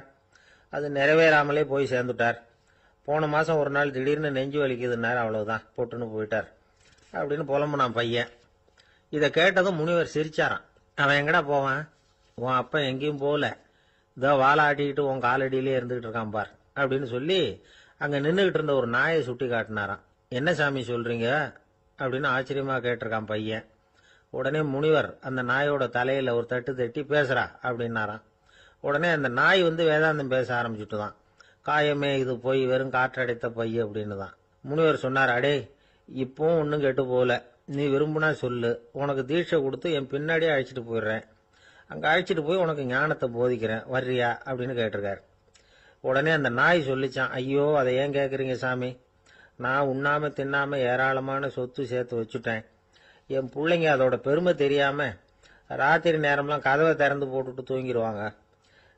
அதனால இப்படி நாயா பிறந்து ராத்திரி பகலா சுத்தி சுத்தி காவல் காத்துட்டு கிடக்கிறேன். இப்ப எப்படி சாமி வர முடியும் அப்படின்னு கேட்டுதான். அறியாமையிலேயே சுகம் கண்டு இப்படி இருக்கிற ஆளுங்களுக்கு எப்படி விடுதலை கிடைக்கும், எப்ப விடுதலை கிடைக்கும் அப்படின்னு கேட்கிறார் தசாவதானி, திருக்குறள் பேர் ராமையா. அவர் கேட்கறது நியாயம் தானே. இந்த காலத்து பையன் ஒருத்தன் அப்பா கிட்ட சொன்னான், அப்பா இன்னைக்கு நான் 1 ரூபா மிச்சப்படுத்தி விட்டேன் அப்படின்னு நானும். அப்படியா, என்னடா பண்ணேன்னு கேட்டிருக்காரு அப்பா. டவுன் பஸ்ல ஏறாம அது பின்னாடியே ஓடியாந்தேன், 1 ரூபா மிச்சம் தானே அப்படின்றான். அட பாவி, ஒரு ஆட்டோ பின்னாடி ஓடியாந்துருந்தா 10 ரூபா மிச்சமாயிருக்குமே, வேஸ்ட் பண்ணிட்டியே அப்படின்னாராம் அந்த அப்பா. ஒரு ஊர்ல ஒரு புகழ்பெற்ற பத்திரிகையாளர் இருந்தார். அவர் ஒரு நாள் திடீர்னு இறந்து போயிட்டார். அதுக்கப்புறம் நேரா சொர்க்கத்துக்கு போனார். சொர்க்கத்தின் வாசல்ல நின்றுகிட்டு இருந்த ஒருத்தர் அவரை தடுத்தார். இதோ பாரு, ஏற்கனவே இங்க 12 பத்திரிகையாளர்கள் இருக்கிறாங்க, அவங்களுக்கே இங்க வேலை இல்லை. அதுக்கு என்ன காரணம்னா, சொர்க்கத்துல திடுக்கிடும் செய்திகள்லாம் ஒன்றும் கிடையாது. அப்படி என்ன இருக்க போகுது இங்க எல்லாம் அது ஒழுங்கா நடந்துகிட்டு இருக்கும்.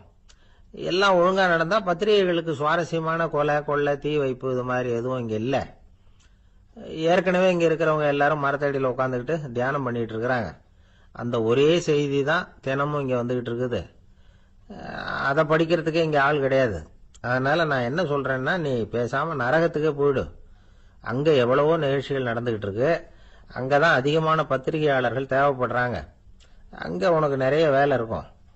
அதை செய்யறதில்ல, நீயும் மகிழ்ச்சியா இருக்கலாம் அப்படின்னு சொன்னாராம் அங்க அந்த சொர்க்கத்தின் வாசல்ல நின்றுகிட்டு இருந்தவர். இந்த பத்திரிகையாளர் அங்கேயே நின்று கொஞ்சம் யோசனை பண்ணார். இவருக்கு சொர்க்கத்திலே இருக்கணும்னு தான் ஆசை. அதனால மெதுவா அவர்கிட்ட பேசினாராம். ஐயா, என்ன ஒரு 24 மணி நேரம் இங்க உள்ள இருக்கிறதுக்கு அனுமதி கொடுங்க. இங்க இருக்கிற பல பத்திரிகையாளர்களை எனக்கு தெரியும். அவங்கள சில பேரை சமாதானப்படுத்தி மெதுவா பேசி நரகத்துக்கு அனுப்பி வச்சுடுறேன். நான் இங்க இருந்துக்கிறேன். உங்க கணக்குப்படி 12 பேருக்கு மேல இங்க தாண்டாது, அப்படி பாத்துக்கிறேன் அப்படின்னாராம். அவரும் யோசனை பண்ணி பார்த்துட்டு, சரி அப்படியே உனக்கு அனுமதி கொடுக்குறேன், ஆனா ஒரு விஷயம், 24 மணி நேரம் தான் அனுமதி, அதுக்குள்ள எல்லாம் நடக்கணும் அப்படின்னு இருக்கார். சரின்னு சொல்லிவிட்டு இந்த பத்திரிகையாளர் உள்ள போனார். யோசனை பண்ணார். திட்டம் போட்டு ஒரு பொருளையை கிளப்பி விட்டார். சக பத்திரிகையாளர்கள் எல்லாம் கூப்பிட்டு சொன்னாராம், இந்த பாருங்க, நரகத்துல ஒரு பெரிய தினசரி பேப்பரை கொண்டுகிட்டு வர்றதுக்காக திட்டம் போட்டுக்கிட்டு இருக்காங்க.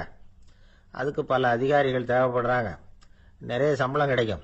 யார் யாரெல்லாம் நரகத்துக்கு போக ஆசைப்படுறாங்களோ அவங்க எல்லாம் போகலாம் அப்படின்னு ஒரு பொருளையை கிளப்பி விட்டார். 24 மணி நேரம் கழிச்சு வாசல் பக்கம் போனார். அங்க இருந்தவர்கிட்ட எத்தனை பேர் வெளியேறினாங்கன்னு விசாரிச்சாராம். அப்போ அவரு இவரை, நீ வெளியே போகக்கூடாது, முதல்ல உள்ளதான் இருக்கணும் அப்படின்னு தடுத்தாராம். அப்புறம் சொன்னாராம், நீ சொன்ன செய்தியை கேட்டதும் இங்க இருந்த எல்லா பத்திரிகையாளர்களுமே நரகத்துக்கு போயிட்டாங்கப்பா, உள்ள யாருமே இல்லை, அதனால நீ உள்ளே இருக்கலாம் அப்படின்னாராம். இதை கேட்டதும் இந்த பத்திரிகையாளரே குழம்பி போயிட்டார். ஒருவேளை உண்மையிலேயே நரகத்துல புதுசா பத்திரிகை ஏதாவது ஆரம்பிக்க போறாங்களோ அப்படின்னு அவரே நினைக்க ஆரம்பிச்சுட்டாராம். அப்புறம் சொன்னாராம், ஐயா என்னை விட்டுருங்க, நான் நரகத்துக்கே போயிடுறேன், அங்க ஏதோ விசேஷம் இருக்கணும் அப்படின்னாராம். இல்லைன்னா இத்தனை பேரும் ஒட்டுமொத்தமா அங்க போறதுக்கு சான்ஸே இல்லை, என்ன தடுக்காதீங்கன்னு கெஞ்ச ஆரம்பிச்சுட்டாராம். மற்றவங்க நம்பணுங்கிறதுக்காக ஒரு பொருளையை கிளப்பி விட்டார். கடைசியில தானே அந்த பொருளைக்கு ஆளாயிட்டார். அதாவது பிறரை ஏமாற்றிய அவரது மனம் கடைசியில் அவரையே ஏமாத்த ஆரம்பிச்சுட்டு பாருங்க. நீங்க இப்படி அடுத்தவங்களை ஏமாத்துறதுக்கு உங்க மனசை பழக்கப்படுத்துறீங்க, ஆனா கடைசியில் அதனால நீங்களே ஏமாற்றப்படுகிறீர்கள் அப்படிங்கிறது பெரியவர்களுடைய புத்திமதி. அதனால உங்க மனசுகிட்ட ரொம்ப எச்சரிக்கையா இருங்கோ அப்படிங்கிறாங்க. நம்ம ஆளுங்க அங்க போய் என்ன சொல்லுவாங்கன்னா, இந்த பாரு அங்க போவாத இங்க போவாதன்னு பயமுறுத்துறது உண்டு. சில பேர் அங்க பேய் இருக்குது, பிசாசு இருக்கு அப்படின்னு பொருளையை கிளப்பி விடுறது உண்டு. இருட்டு நேரம், காட்டு வழியா ஒருத்தன் போயிட்டு இருக்கிறான். அங்க பேய் பிசாசு நடமாட்டம் இருக்கிறதாக வதந்தி. இவன் பயந்துகிட்டே வேகமா போறான். காடு முடிஞ்சு மெயின் ரோட்டுக்கு வந்து சேர்ந்தான். அப்பாடா, ஒரு பஸ் நின்றுட்டு இருக்கு தனியா, இருட்டுல லேசா தெரிஞ்சது. ஓடி போய் ஏறி உள்ள உட்காந்துக்கிட்டான். பயந்துகிட்டே போனவன் அப்புறம் தான் தெரியுது உள்ள யாருமே இல்லை, டிரைவரும் இல்லை, கண்டக்டரும் இல்லை, வேற யாரும் இல்லை. இவனுக்கு பேய் பயம் அதிகமா போட்டுது. ஏன்னா நடு ராத்திரி. இந்த நேரம் பார்த்து அந்த பஸ் தானே நகர ஆரம்பிச்சுதான். இவனுக்கு இன்னும் பயம் அதிகமா போட்டுது. ஏன்னா டிரைவர் சீட்டு காலியா இருக்கு, பஸ் நகருது. இவன் உடம்பு பூரா நடுங்க ஆரம்பிச்சுட்டுது. வீல்னு கத்தலாமான்னு பார்த்தான். அந்த நேரம் பார்த்து அவன் தோல்ல ஒரு கை விழுந்துதான். திடுக்கிட்டு திரும்பி பார்த்திருக்கிறான். அங்க டிரைவர் நிக்கிறார். அவரு சொன்னாராம், ஏன்பா ஏற்கனவே பஸ் பிரேக் டவுன், நாங்கெல்லாம் பின்னாடி இறங்கி நின்று தள்ளிட்டு இருக்கிறோம், நீ மட்டும் ஜாலியா ஏறி உக்காந்துக்கிட்டியா, இறங்கி வந்து தள்ளப்பா அப்படின்னாராம். அவர் ஒரு பெரிய குடும்பத்துல பிறந்தவர். இருக்கிற சொத்துக்கள் எல்லாத்தையும் வாரி வழங்கிவிட்டு காட்டுக்கு புறப்பட்டார் தவம் செய்யறதுக்காக. இருந்தது பூராவும் கொடுத்துட்டார். இனிமே எதுவுமே இல்லை கொடுக்கறதுக்கு. அப்போ கடைசியா ஒருத்தன் வந்து கையை நீட்டினான். ஐயா ஏதாவது கொடுங்கன்னா. அவர் பார்த்தார். கட்டியிருக்கிற வேட்டியை தவிர வேற எதுவுமே இல்லை. 8 முழம் பட்டு வேட்டி, ஜரிகை கரையோடு இருக்குது. கடைசியாக அதை தான் எடுத்து கட்டிக்கிட்டு அவர் புறப்பட்டுக்கிட்டு இருக்கிறார். அவர் பார்த்தார், எதிரில் அவன் பரிதாபமாக நின்றுட்டு இருக்கிறான். அந்த 8 முழ வேட்டியை 2ஆக கிழிச்சார். 4 முழத்தை அவங்ககிட்ட கொடுத்துட்டு மீதி 4 முழத்தை தன்னுடைய இடுப்பில் கட்டிக்கிட்டு அவர் காட்டுக்கு போயிட்டார். இவன் என்ன பண்ணான் தெரியுமா? கையில் கிடைச்ச 4 முழத்தை எடுத்துக்கிட்டு கடை வீதிக்கு போனான். பழைய பட்டு வேட்டி ஜருகை இதெல்லாம் விலைக்கு வாங்குற வணிகர் ஒருத்தர் இருந்தார். அவர்கிட்ட போனான். இதை விலைக்கு எடுத்துக்கிறீங்களான்னு கேட்டான். அவர் வாங்கி பார்த்தார். ஆஹா, ரொம்ப அருமையான வேட்டி, விலை வசந்த ஜருகை, இது ஏது உனக்குன்னு கேட்டார். அவன் நடந்ததை சொன்னான். அப்படின்னா ஒன்று செய், இந்த வேட்டியோட இன்னொரு பாதியையும் மெதுவாக வாங்கிட்டு வந்துரு, உனக்கு நிறைய பணம் தரேன் அப்படின்னார் அந்த வணிகர். இவன் கொஞ்சம் யோசனை பண்ணி பார்த்தான். கொஞ்சம் இருங்க, அதை வந்துவிடுறேன் அப்படின்னு சொல்லிவிட்டு நேராக காட்டுக்கு போனான். அவர் எங்கே இருக்காருன்னு தேடி கண்டுபிடிச்சான். அவர் ஒரு இடத்துல தவக்கோலத்தில் இருக்கிறார். கட்டியிருந்த இடைவேட்டியும் அவரை அறியாமலே நழுவி கீழே விழுந்து கிடக்குது. இவனுக்கு ரொம்ப வசதியாக போச்சு.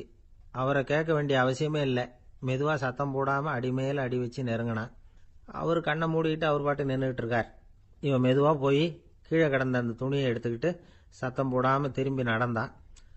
அப்படி கொஞ்சம் தூரம் நடந்திருப்பான். அப்படி ஓட ஆரம்பிக்கிற சமயத்தில் அவன் காலில் கீழே கிடந்த முள்ளு ஒன்று நறுக்குன்னு தைச்சு விட்டுது. வலி தாங்க முடியாமல் அம்மான்னு கத்திவிட்டான். இந்த சத்தத்தினால கண்ணை மூடி நின்றுக்கிட்டு இருந்த அவர் தவம் கலைஞ்சுது. மெதுவாக கண்ணை திறந்து பார்க்கறார். தன் இடையில இருந்த வேட்டி அவன் கையில் இருக்கு. இப்போ அவர் நினைக்கிறாராம், இந்த வேட்டி மேலே நான் வச்ச ஆசை அல்லவா அவனை வந்து திருடன் ஆக்கிவிட்டுது அப்படின்னு நினைச்சாராம். இது எப்பேற்பட்ட மனநிலைங்கிறத கொஞ்சம் யோசிச்சு பாருங்க. தான் ஒரு பொருள் மேலே வைத்த பற்று இன்னொரு மனிதன் திருடனா ஆகிறதுக்கு காரணம் ஆயிட்டுதே அப்படின்னு நினைக்கிறார். அப்படி நினைச்ச அவர் யார் தெரியுமா? அவர் தான் மகாவீரர். இழந்துட்டேங்கிறியே, நீ என்னத்தை கொண்டு வந்த இங்கே இழக்கிறதுக்கு? நீ என்னத்தை உண்டாக்குன இது அழிஞ்சுட்டுதுன்னு சொல்றதுக்கு? இது அவருடைய சிந்தனை. இன்னைக்கு நம்ம சிந்தனையெல்லாம் வேற மாதிரி இருக்குது. ஒருத்தன் நடுத்தெருவில் உட்காந்து அழுதுகிட்டு இருந்தான். அந்த வழியா வந்தவர் கேட்டார், ஏப்பா அழற அப்படின்னு கேட்டார். 5 ரூபா சார், இந்த இடத்துல விழுந்துட்டுது, ரொம்ப நேரமாக தேடுறேன், கிடைக்காது போல இருக்கு அப்படின்னா. எப்போ தொலைஞ்சுது அப்படின்னு கேட்டார். அது எனக்கு தெரியாது சார், பணத்தை தொலைச்சவன் தேடி பார்த்துட்டு போயிட்டான், நான் அவனுக்கு பின்னாடி தேட வந்தவன் அப்படின்னு சொல்லிவிட்டு மறுபடியும் தேட ஆரம்பிச்சான். ஒரு ஊரில் ஒரு ஆள் இருந்தான். அவனுக்கு ஒரே ஒரு மகள். அவளை நல்ல இடத்துல கட்டி கொடுக்கணும்னு ஆசைப்பட்டான். அதுக்காக மாப்பிள்ளை தேடிட்டு இருந்தான். அவன் கொஞ்சம் வசதியான ஆள், அதனால் நிறைய பேர் வந்தாங்க. இருந்தாலும் ஒரு நல்ல குணமுள்ள மாப்பிள்ளையாக இருக்கணும் அவன் எதிர்பார்த்தான். அப்படி இருக்கணும்னு தொடர்ந்து முயற்சி பண்ணான். கடைசியாக ஒரு 3 பேர் கிடைச்சாங்க. அந்த 3 பேரில் யாரை தேர்ந்தெடுக்கிறது, இதுதான் அவனுக்கு வந்த குழப்பம். இந்த நிலைமையில் ஒரு பெரியவரை தேடி போனான். அவர்கிட்ட தன்னுடைய பிரச்சனையை சொன்னான். அவர் கொஞ்சம் யோசனை பண்ணார். அதுக்கப்புறம் 3 பேரையும் கூப்பிட்டார். இதோ பாருங்கப்பா, உங்கள் 3 பேருக்கும் 3 மாத கால அவகாசம் தர்றேன். நீங்கள் இப்போ போகலாம், 3 மாதம் கழித்து திரும்பி வரலாம். அப்படி வரும்பொழுது இந்த 3 மாத காலத்தில் நீங்கள் செஞ்ச நல்ல காரியம் ஏதாவது ஒன்று சொல்லணும். அதை வச்சு உங்களில் ஒருத்தரை நாங்கள் வந்து தேர்ந்தெடுத்துக்கிறோம் அப்படின்னு சொன்னாராம். 3 பேரும் சரின்னு சொல்லிவிட்டு திரும்பி போயிட்டாங்க. 3 மாதம் ஆச்சு. அதுக்கப்புறம் ஒரு நாள் திரும்பி வந்தாங்க. அவர் அவங்கள கூப்பிட்டு உட்கார வச்சார். அப்புறம் கேட்டார், இப்போ சொல்லுங்கள், இந்த 3 மாத காலத்தில் நீங்கள் செஞ்சிருக்கிற ஏதாவது ஒரு நல்ல காரியத்தை சொல்லுங்க அப்படின்னார். முதல்ல ஒருத்தன் எழுந்திருச்சு நின்னான். ஐயா, எங்கள் அப்பா இறந்த பிறகு அவரோட கணக்கு வழக்குகளை எடுத்து பார்த்துக்கிட்டு இருந்தேன். அவர் ஒரு வியாபாரிகிட்ட 10,000 ரூபா கடன் வாங்கியிருக்கிறதாக எழுதியிருந்தார். அந்த வியாபாரியும் இப்போ உயிரோடு இல்லை. இருந்தாலும் அந்த வியாபாரியோட மகனை தேடி கண்டுபிடிச்சேன். கணக்கு புத்தகத்தை காட்டினேன். எங்கள் அப்பா உங்கள் அப்பா கிட்ட 10,000 ரூபா கடன் வாங்கியிருக்கிறதாக இதை எழுதியிருக்கிறார். அதனால் அதை திருப்பி கொடுக்கறதுக்காக வந்திருக்கிறேன், இந்தாங்க அந்த பணம் அப்படின்னு சொல்லி கொடுத்துட்டு வந்துட்டேன் அப்படின்னு நானும். இதை பெரியவர் கவனமாக கேட்டுக்கிட்டார். அதுக்கப்புறம் 2வது இளைஞன் எழுந்திருச்சான். ஐயா, நான் போன மாதம் ஒரு நாள் ராத்திரி வேளையில் ஒரு காட்டுப்பாதை வழியாக எங்கள் ஊருக்கு போய்கிட்டு இருந்தேன். அந்த சமயத்தில் அந்த வழியாக வந்துக்கிட்டு இருந்த ஒரு வழிப்போக்கர்கிட்ட 4-5 திருடர்கள் வம்பு வளர்த்து அவர்கிட்ட இருந்த பொருளை எல்லாம் கொள்ளையடிச்சிக்கிட்டு இருந்தாங்க. நான் உடனே ஒரு குச்சியை எடுத்துகிட்டு ஓடினேன். அந்த திருடர்களை அடித்து விரட்டினேன். பொருளை எல்லாம் மீட்டு அந்த வழிப்போக்கர்கிட்ட ஒப்படைச்சேன். அவரை பத்திரமா அழைச்சிக்கிட்டு போய் அவர் வீட்டில் விட்டுட்டு வந்தேன் அப்படின்னு நானும். இதையும் பெரியவர் கவனமாக கேட்டுக்கிட்டார். அடுத்தபடியாக 3வது இளைஞன் எழுந்திருச்சான். ஐயா, போன மாதம் ஒரு நாள் நான் ஒரு மலைப்பாதை வழியாக போய்கிட்டு இருந்தேன். மலைப்பாதை விளிம்பில் ஒரு மதகு கட்டை, அது மேலே ஒரு ஆள் படுத்து தூங்கிட்டு இருந்தான். அந்த பக்கம் தவறி உருண்டு விழுந்திருந்தான்னா அதில் பாதாளம். அது மலையடி வாரத்தில் போய் தான் விழணும், அவ்வளவு பள்ளம். அது தெரியாமல் அவன் பாட்டுக்கு தூங்கிட்டு இருந்தான். நான் உடனே அவன்கிட்ட ஓடி போய் குனிஞ்சு அவன் முகத்தை பார்த்தேன். அப்போ தான் புரிஞ்சுது, அவன் ஏற்கனவே எனக்கு தெரியும். அவனை எனக்கு நிறைய கெடுதல் பண்ணியிருக்கிறான், இடைஞ்சல் கொடுத்தவன். இருந்தாலும் ஐயோ பாவம்னு நினச்சி அவனை எழுப்பி பாதுகாப்பாக வேற ஒரு இடத்துல படுக்க வச்சுட்டு வந்தேன் அப்படின்னு நானாம். பெரியவர் இதையும் கேட்டுக்கிட்டார். அதுக்கப்புறம் அவங்க 3 பேரையும் பார்த்து, நீங்கள் போகலாம், நாங்கள் யோசித்து முடிவு பண்ணி உங்களுக்கு சொல்லி அனுப்புகிறோம் அப்படின்னாராம். அந்த இளைஞர்கள் புறப்பட்டு போயிட்டாங்க. அதுக்கப்புறம் அந்த பெண்ணோட அப்பாவை பார்த்து சொன்னார், இந்த 3 பேருமே நல்ல பிள்ளைங்க தான், அதில் ஒன்றும் சந்தேகம் இல்லை. இருந்தாலும் இந்த 3 பேர் செஞ்ச செயல்களையும் ஒப்பிட்டு பார்க்க வேண்டியிருக்கு. முதல் இளைஞன் நேர்மைக்கு எடுத்துக்காட்டாக விளங்குறான். இந்த காலத்தில் இது மாதிரி இளைஞர்களை பார்க்கறது ரொம்ப கஷ்டம்தான். இருந்தாலும் அவன் கடமையை தான் செஞ்சான். 2வது இளைஞன் நல்ல வீரன், தைரியசாலி. ஒரு வீரன் எதை செய்யணுமோ அதைத்தான் இவன் செஞ்சான். இவன் ஒரு லட்சிய மனிதன். 3வது இளைஞன் தன்னுடைய பகைவனுக்கே உதவி செஞ்சிருக்கான். அவன் உயிரை காப்பாற்றியிருக்கிறான். பகைவனுக்கு அருள்வதுங்கிறது ஒரு சாதாரண மனுஷனால் செய்யக்கூடிய காரியம் இல்லை. பகையை மறக்கிறதும் பகைவனுக்கு அருள்வதும் தெய்வீக பண்புகள். அதனால் இவனையே உன்னுடைய மகளுக்கு ஏற்ற மாப்பிள்ளையா தேர்ந்தெடுக்கலாம் அப்படின்னு சொன்னாங்களாம். ஒரு நல்ல நாளில் அவங்களுக்கு திருமணம் நல்ல விதமாக நடந்து முடிஞ்சுதான். இது சுவாமி சின்மயானந்தர் சொல்லியிருக்கிற ஒரு கதை. இதிலிருந்து நாம் புரிந்து கொள்ள வேண்டிய ஒரு கருத்து, நமக்கு கெடுதல் பண்ணவங்களுக்கும் நாம் நல்லது செய்யணும். ஆனால் நடைமுறையில் அப்படி நம்மளால் செய்ய முடியறதில்ல. அதுதான் சிக்கல். நம்மால் ஒருத்தங்கிட்ட கேட்டேன், ஏண்டா உன்னுடைய பகைவன் ஒருத்தன் அது மாதிரி ஒரு மலைப்பாதை மதகு கட்டையில் படுத்திருந்தா உடனே நீ என்ன நினைப்ப அப்படின்னு கேட்டோம். இது ஒரு அருமையான சந்தர்ப்பம்னு நினைப்பேன் அப்படின்னா. எதுக்குன்னு கேட்டோம். அவனை அந்த பக்கமாக உருட்டி கீழே தள்ளுறதுக்கு அப்படின்னா. ஒரு ஆள் இருந்தான், நிறைய பணம் சம்பாதிச்சான். ஆனால் செலவு பண்ண மனசு வரல, கருமி. அவன் என்ன பண்ணா, சேர்த்த பணம் பூராவையும் ஒரு மரத்தடியில் புதைச்சி வச்சிருந்தான். வாரத்துக்கு ஒரு தடவை அந்த மரத்தடிக்கு வருவான். புதைச்ச இடத்த ஆவலோடு பார்த்துக்கிட்டு இருப்பான். அதுக்கப்புறம் போயிடுவான். அவ்வளவுதான். ஒரு நாள் ஒரு திருடன் வந்தான். இவன் புதைச்சி வச்சிருந்ததெல்லாம் எடுத்துகிட்டு போயிட்டான். இது தெரிஞ்சு போச்சு. அந்த கருமி புலம்ப ஆரம்பிச்சிட்டான். இவன் புலம்பலை கேட்டதும் அக்கம் பக்கத்தில் இருந்தவங்கெல்லாம் ஓடி வந்தாங்க. என்ன விஷயம்னு விசாரிச்சாங்க. இவன் சொன்னான். ஒரு பெரியவர் கேட்டார், ஏப்பா வாரம் இந்த இடத்த பார்க்கறதாக சொன்னியே, எப்போவாவது இதில் இருக்கிற பணத்தை எடுத்து செலவு பண்ணியிருக்கியா அப்படின்னு கேட்டார். நான் அப்பப்போ அதை பார்க்கறது தான் வழக்கம், அதை தொட்டதே இல்லைன்னு அவன். சரி, அப்படின்னா இப்போவும் நீ அதே மாதிரி வாரம் ஒரு தடவை இந்த இடத்த பார்த்துட்டு போகலாமே அப்படின்னாராம் அந்த பெரியவர். அதுவும் சரிதானே, எவ்வளவு காலமானாலும் அவன் அந்த பணத்தை எடுத்து செலவு பண்ண போறதில்ல. அப்படி இருக்கிறப்ப உள்ளே பணம் இருந்தாலும் ஒன்று தான், இல்லாமல் போனாலும் ஒன்று தான். இதிலிருந்து என்ன புரியுதுன்னா, ஒருத்தர்கிட்ட இருக்கிற பணத்தை கொண்டு அவர் பணக்காரரா ஏழையா அப்படின்னு முடிவு செய்கிறது சரியில்லை. அந்த செல்வத்தை அனுபவிக்கிற திறன், பயன்படுத்துகிற திறன், அதை வச்சு தான் அவர் ஏழையா பணக்காரரா அப்படிங்கிறத நிர்ணயம் பண்ணணும். அதுதான் சரி. செலவு பண்ண தெரியாதவன் சேகரம் பண்ணிகிட்டே இருக்கிறதுனால என்ன பிரயோஜனம்? தலைமுடியே இல்லாதவன் தாராளமாக சீப்புகளை வாங்கி சேகரம் பண்ணுறது மாதிரி தானே இது. சில சமயம் செலவு பண்ண நாம் தயாராக இருந்தால் கூட அந்த செல்வம் நமக்கு பயன்படுறதில்ல. அரேபியாவில் ஒரு நகை வியாபாரி விலை உயர்ந்த முத்துக்களை எல்லாம் அவர் வச்சு வியாபாரம் பண்ணிக்கிட்டு இருந்தார். அவர் ஒரு சமயம் ஒரு பாலைவனம் வழியாக போயிட்டு இருக்கிறார் ஒட்டகத்தில். அப்போது திடீர்னு கடுமையான புயல் வீச ஆரம்பிச்சுட்டுது. திசை தவறி இவர் எங்கேயோ வந்துட்டார்.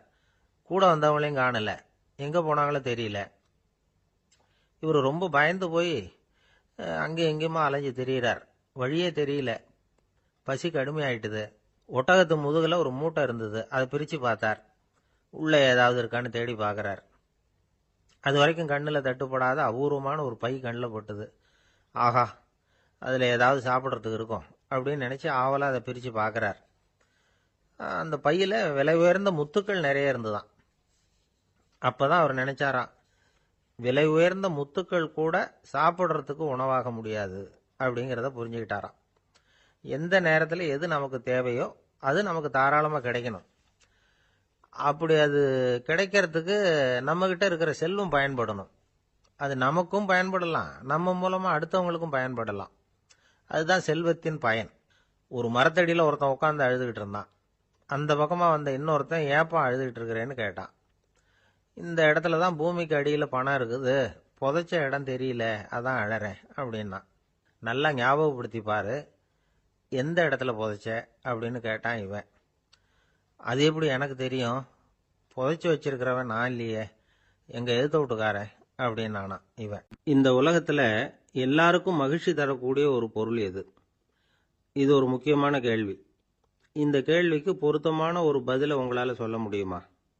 அதாவது கொஞ்சம் யோசிச்சு பார்த்தா பணம்னு சொல்லலாமா? இப்போ கையில் காசு இல்லாதவங்ககிட்ட ஒரு 10 ரூபாயை கொடுத்தா அது அவனுக்கு சந்தோஷத்தை கொடுக்கும். ஏற்கனவே வருமான வரி பிரச்சனையில் சிக்கி இருக்கிறவர்கிட்ட இன்னும் கொஞ்சம் பணம் இந்தாங்கன்னு சொல்லி கொடுத்தோம்னா அது அவருக்கு சங்கடத்தை தான் கொடுக்கும். அதனால் அந்த கேள்விக்கு பணம்ங்கிறது பொருத்தமான பதிலாக இருக்க முடியாது. கேள்வி என்னன்னா, இந்த உலகத்தில் எல்லாருக்கும் மகிழ்ச்சி தரக்கூடிய ஒரு பொருள் எது? சரி, இனிப்புன்னு சொல்லலாமா? ஏன்னா எல்லாருக்கும் இனிக்க தானே செய்யும். அதுலேயும் ஒரு சிக்கல் இருக்குது. சர்க்கரை வியாதிக்காரங்களுக்கு அது என்ன சந்தோஷத்தையாக கொடுக்கும்? ஆக எல்லாருக்கும் வேறுபாடு எதுவும் இல்லாமல் மகிழ்ச்சியை கொடுக்கக்கூடியது வேற ஏதோ ஒன்று இருக்குது. அது என்னன்னு கண்டுபிடிக்கணும். அதுதான் இன்னைக்கு தகவல். இப்போ அதை கண்டுபிடிக்கணும்னா இந்த கதையை கேட்கணும். அது என்ன கதைன்னா, ஒரு ஊரில் ஒரு ராஜா இருந்தார். அவருக்கும் இதே சந்தேகம் வந்துட்டுது. அதாவது எல்லாருக்கும் இன்பம் தரக்கூடிய பொருள் எது அப்படின்னு. இதுக்கு பதில் தெரிஞ்சுக்கிறதுக்கு ஆசைப்பட்டார். சரி, அதுக்கு என்ன செய்யலாம்னு யோசனை பண்ணார். நாட்டு மக்களுக்கு பகிரங்கமாக ஒரு அறிவிப்பு கொடுத்தார். நம்ம நாட்டு மக்கள் இன்பம் தரக்கூடிய பொருள் எதுன்னு நினைக்கிறாங்களோ அதை கொண்டுகிட்டு வந்து அரண்மனையில் உள்ள கண்காட்சி மண்டபத்தில் வைக்கலாம். அப்படி அவங்க வைக்கிற பொருள்களில் எது எல்லாருக்கும் இன்பம் தரக்கூடியதாக இருக்குமோ அதை வச்சவருக்கு 1000 பொற்காசுகள் பரிசு அப்படின்னு அறிவிப்பு கொடுத்துட்டார். ஜனங்கள் இந்த அறிவிப்பை கேட்டாங்க. அதுக்கப்புறம் சும்மா இருப்பாங்களா? 1000 பொற்காசுன்னா சும்மாவா? அவங்க கையில் என்னென்ன கிடைச்சதோ அதையெல்லாம் கொண்டாந்து அரண்மனை காட்சி மண்டபத்தில் வச்சுட்டாங்க. அதுக்கப்புறமா ராஜா அங்கே வந்தார். ஒவ்வொன்றா பார்த்துக்கிட்டே வந்தார். முதல்ல ஒரு குயில் இருந்தது, இனிமையாக பாடக்கூடிய குயில். இந்த குயிலோட இன்னிசை எல்லாருக்கும் இன்பம் தரக்கூடியது தான். இருந்தாலும் காது கேட்காதவங்களுக்கு இந்த இசை எப்படி இன்பம் தர முடியும்? அதனால் இது சரியில்லைன்னு விட்டார். அடுத்தபடியாக போனார். அங்கே என்ன வச்சிருக்கிறாங்கன்னு பார்த்தா ஒரு அழகான மயில் அங்கே தோகை விரித்து ஆடிக்கிட்டு இருக்குது. இந்த மயிலோட ஆட்டம் மனசுக்கு இன்பம் தரக்கூடியது தான். இருந்தாலும் பார்வை இல்லாதவங்க இந்த ஆட்டத்தை பார்த்து ரசிக்க முடியுமா? முடியாது. அதனால் இதுவும் சரியில்லை அப்படின்னு சொல்லிவிட்டார். அதுக்கு அடுத்தபடியாக போனார். பல வகையான இனிப்பு பண்டங்களை வச்சுருந்தாங்க. பார்த்தார், வயசானவங்களுக்கும் நோயாளிகளுக்கும் இது இன்பம் தராது, துன்பம் தான் கொடுக்கும் அப்படின்னார். இப்படி ஒவ்வொன்றா பார்த்துக்கிட்டே போகிறார். அழகான மலர்கள், கனிகள், ஓவியங்கள் எதுவுமே பொருத்தமாக தெரியல. சகல பேருக்கும் இன்பம் தரக்கூடிய வகையில் எதுவும் இல்லை. கடைசியாக வந்தார். அங்கே ஒரு களிமண் பொம்மை இருந்தது. அது என்ன பொம்மை தெரியுமா? பசியால் வாடி இருக்கிற ஒருத்தருக்கு ஒரு அம்மா இனிமையாக பேசிக்கிட்டு சோறு போடுறது மாதிரி அந்த பொம்மையை செஞ்சுருந்தாங்க. அதுக்கு கீழே அன்பு அப்படின்னு எழுதியிருந்ததுதான். ராஜா பளிச்சுன்னு ஒரு முடிவுக்கு வந்தார். அந்த பொம்மையை செஞ்ச